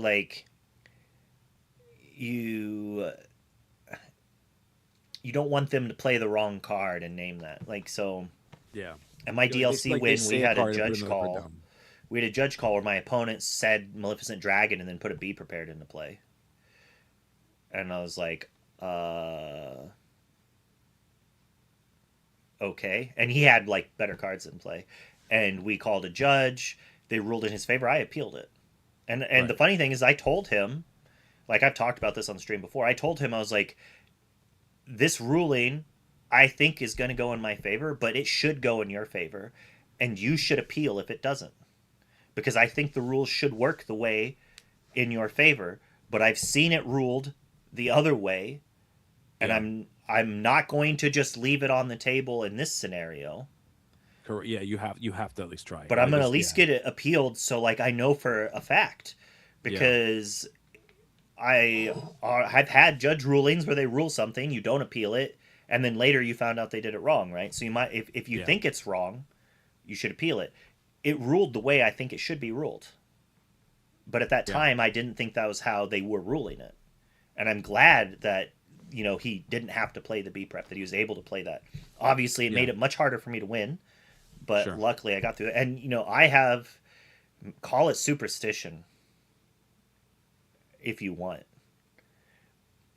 but almost every time in my life that I've let the wrong choice trick me, it's to say if I'm like to try to fight it more or to do something wrong, to not what I should be doing, something that's not morally correct in my own eyes, but I still do it for greed or something like that. I've almost always been instantly punished. And even if it's not because of that, I will latch on to it and be like, no, it's because of karma. And I don't believe in karma, but I want to train my body. I want to train myself not to do the shitty thing. Yeah. And so if I have to brainwash myself into thinking that if I do something like that, I instantly get punished, I'm going to do that because I don't like I don't want to look back on it and feel regret. I don't want to look back on it and have my conscience Yeah, yeah, I do feel that. that. I being able to sleep at night is more important to me than Yeah, that moment. Yeah. yeah. I kind of went off on a tangent there, but No, I think it's a good one. I think people need to hear that. People need like to, everyone you know. has moments of weaknesses. It's just Yeah. try not to let it actually sway you. Like weak. Everyone has moments of temptation, Yeah. is what I meant. Sure, people have weaknesses too, on all sorts of things in their life, but temptation is a thing, and you have to be able to resist it. And I think that's why there are people that do cheats of opportunity is they don't have the ability to say no to the value that was given to them. They're like, oh, I could do this, and they just do it. Yeah. And unfortunately, they get away with it, and then that's gonna rewire their brain. They're gonna get a thrill because they just did something and got away with it, right? Like shoplifting is a disease, and part of it is because once they steal a small thing, they get that pleasure, that dopamine, and they're Yep. gonna chase that dopamine again. And I think that is why you have some serial cheaters who are such cheaters that they'll even cheat on camera because they cannot help it. Yeah, because they just yeah, especially if they've gotten away with it so many times. Like I mean, this is true of like any crime. Like people just they get bold. You know, they start to think Yeah, like, oh yeah, I can't I'm get so caught. good. I've I'm robbed so 10 good. banks. They didn't Yeah, catch me. I'll just rob a third one and I'll be more lax about it because yeah, I'm so good at what I do. And I guess we have to be thankful. We have to be thankful that the ego gets to these cheaters. But like how many of these cheaters don't gain that ego though that yeah, we won't ever catch? That's the scary thing. yeah. It's tough. It's tough. It's you gotta keep an eye on your opponents, folks, just in case. You never know. So many tangents, but I went You 10 gotta go. over. I got to go. I got to You pick gotta up my go. wife. We're going to raid Yep. someone. Go for it. Raid. Do do do. We'll do this more. We'll do this more often. Looks like color's still up. We'll raid her. Go for it. Send them out. She's just She's over. dancing. She's over here dancing. She's like, Just I'm dancing. gonna get raided. Woo! She's over here just vibe, dude. She's just vibing. This is great. I love it. Oh, she's having someone join. Oh, that's cool. Who knows who her guest is? Ooh, we're about to jump in with a guest. She's listening to Numa Numa. It's pretty good. Pretty good. It's a good song. You can ban words on her stream. That's a cool thing, but I would always mess that up. I would forget.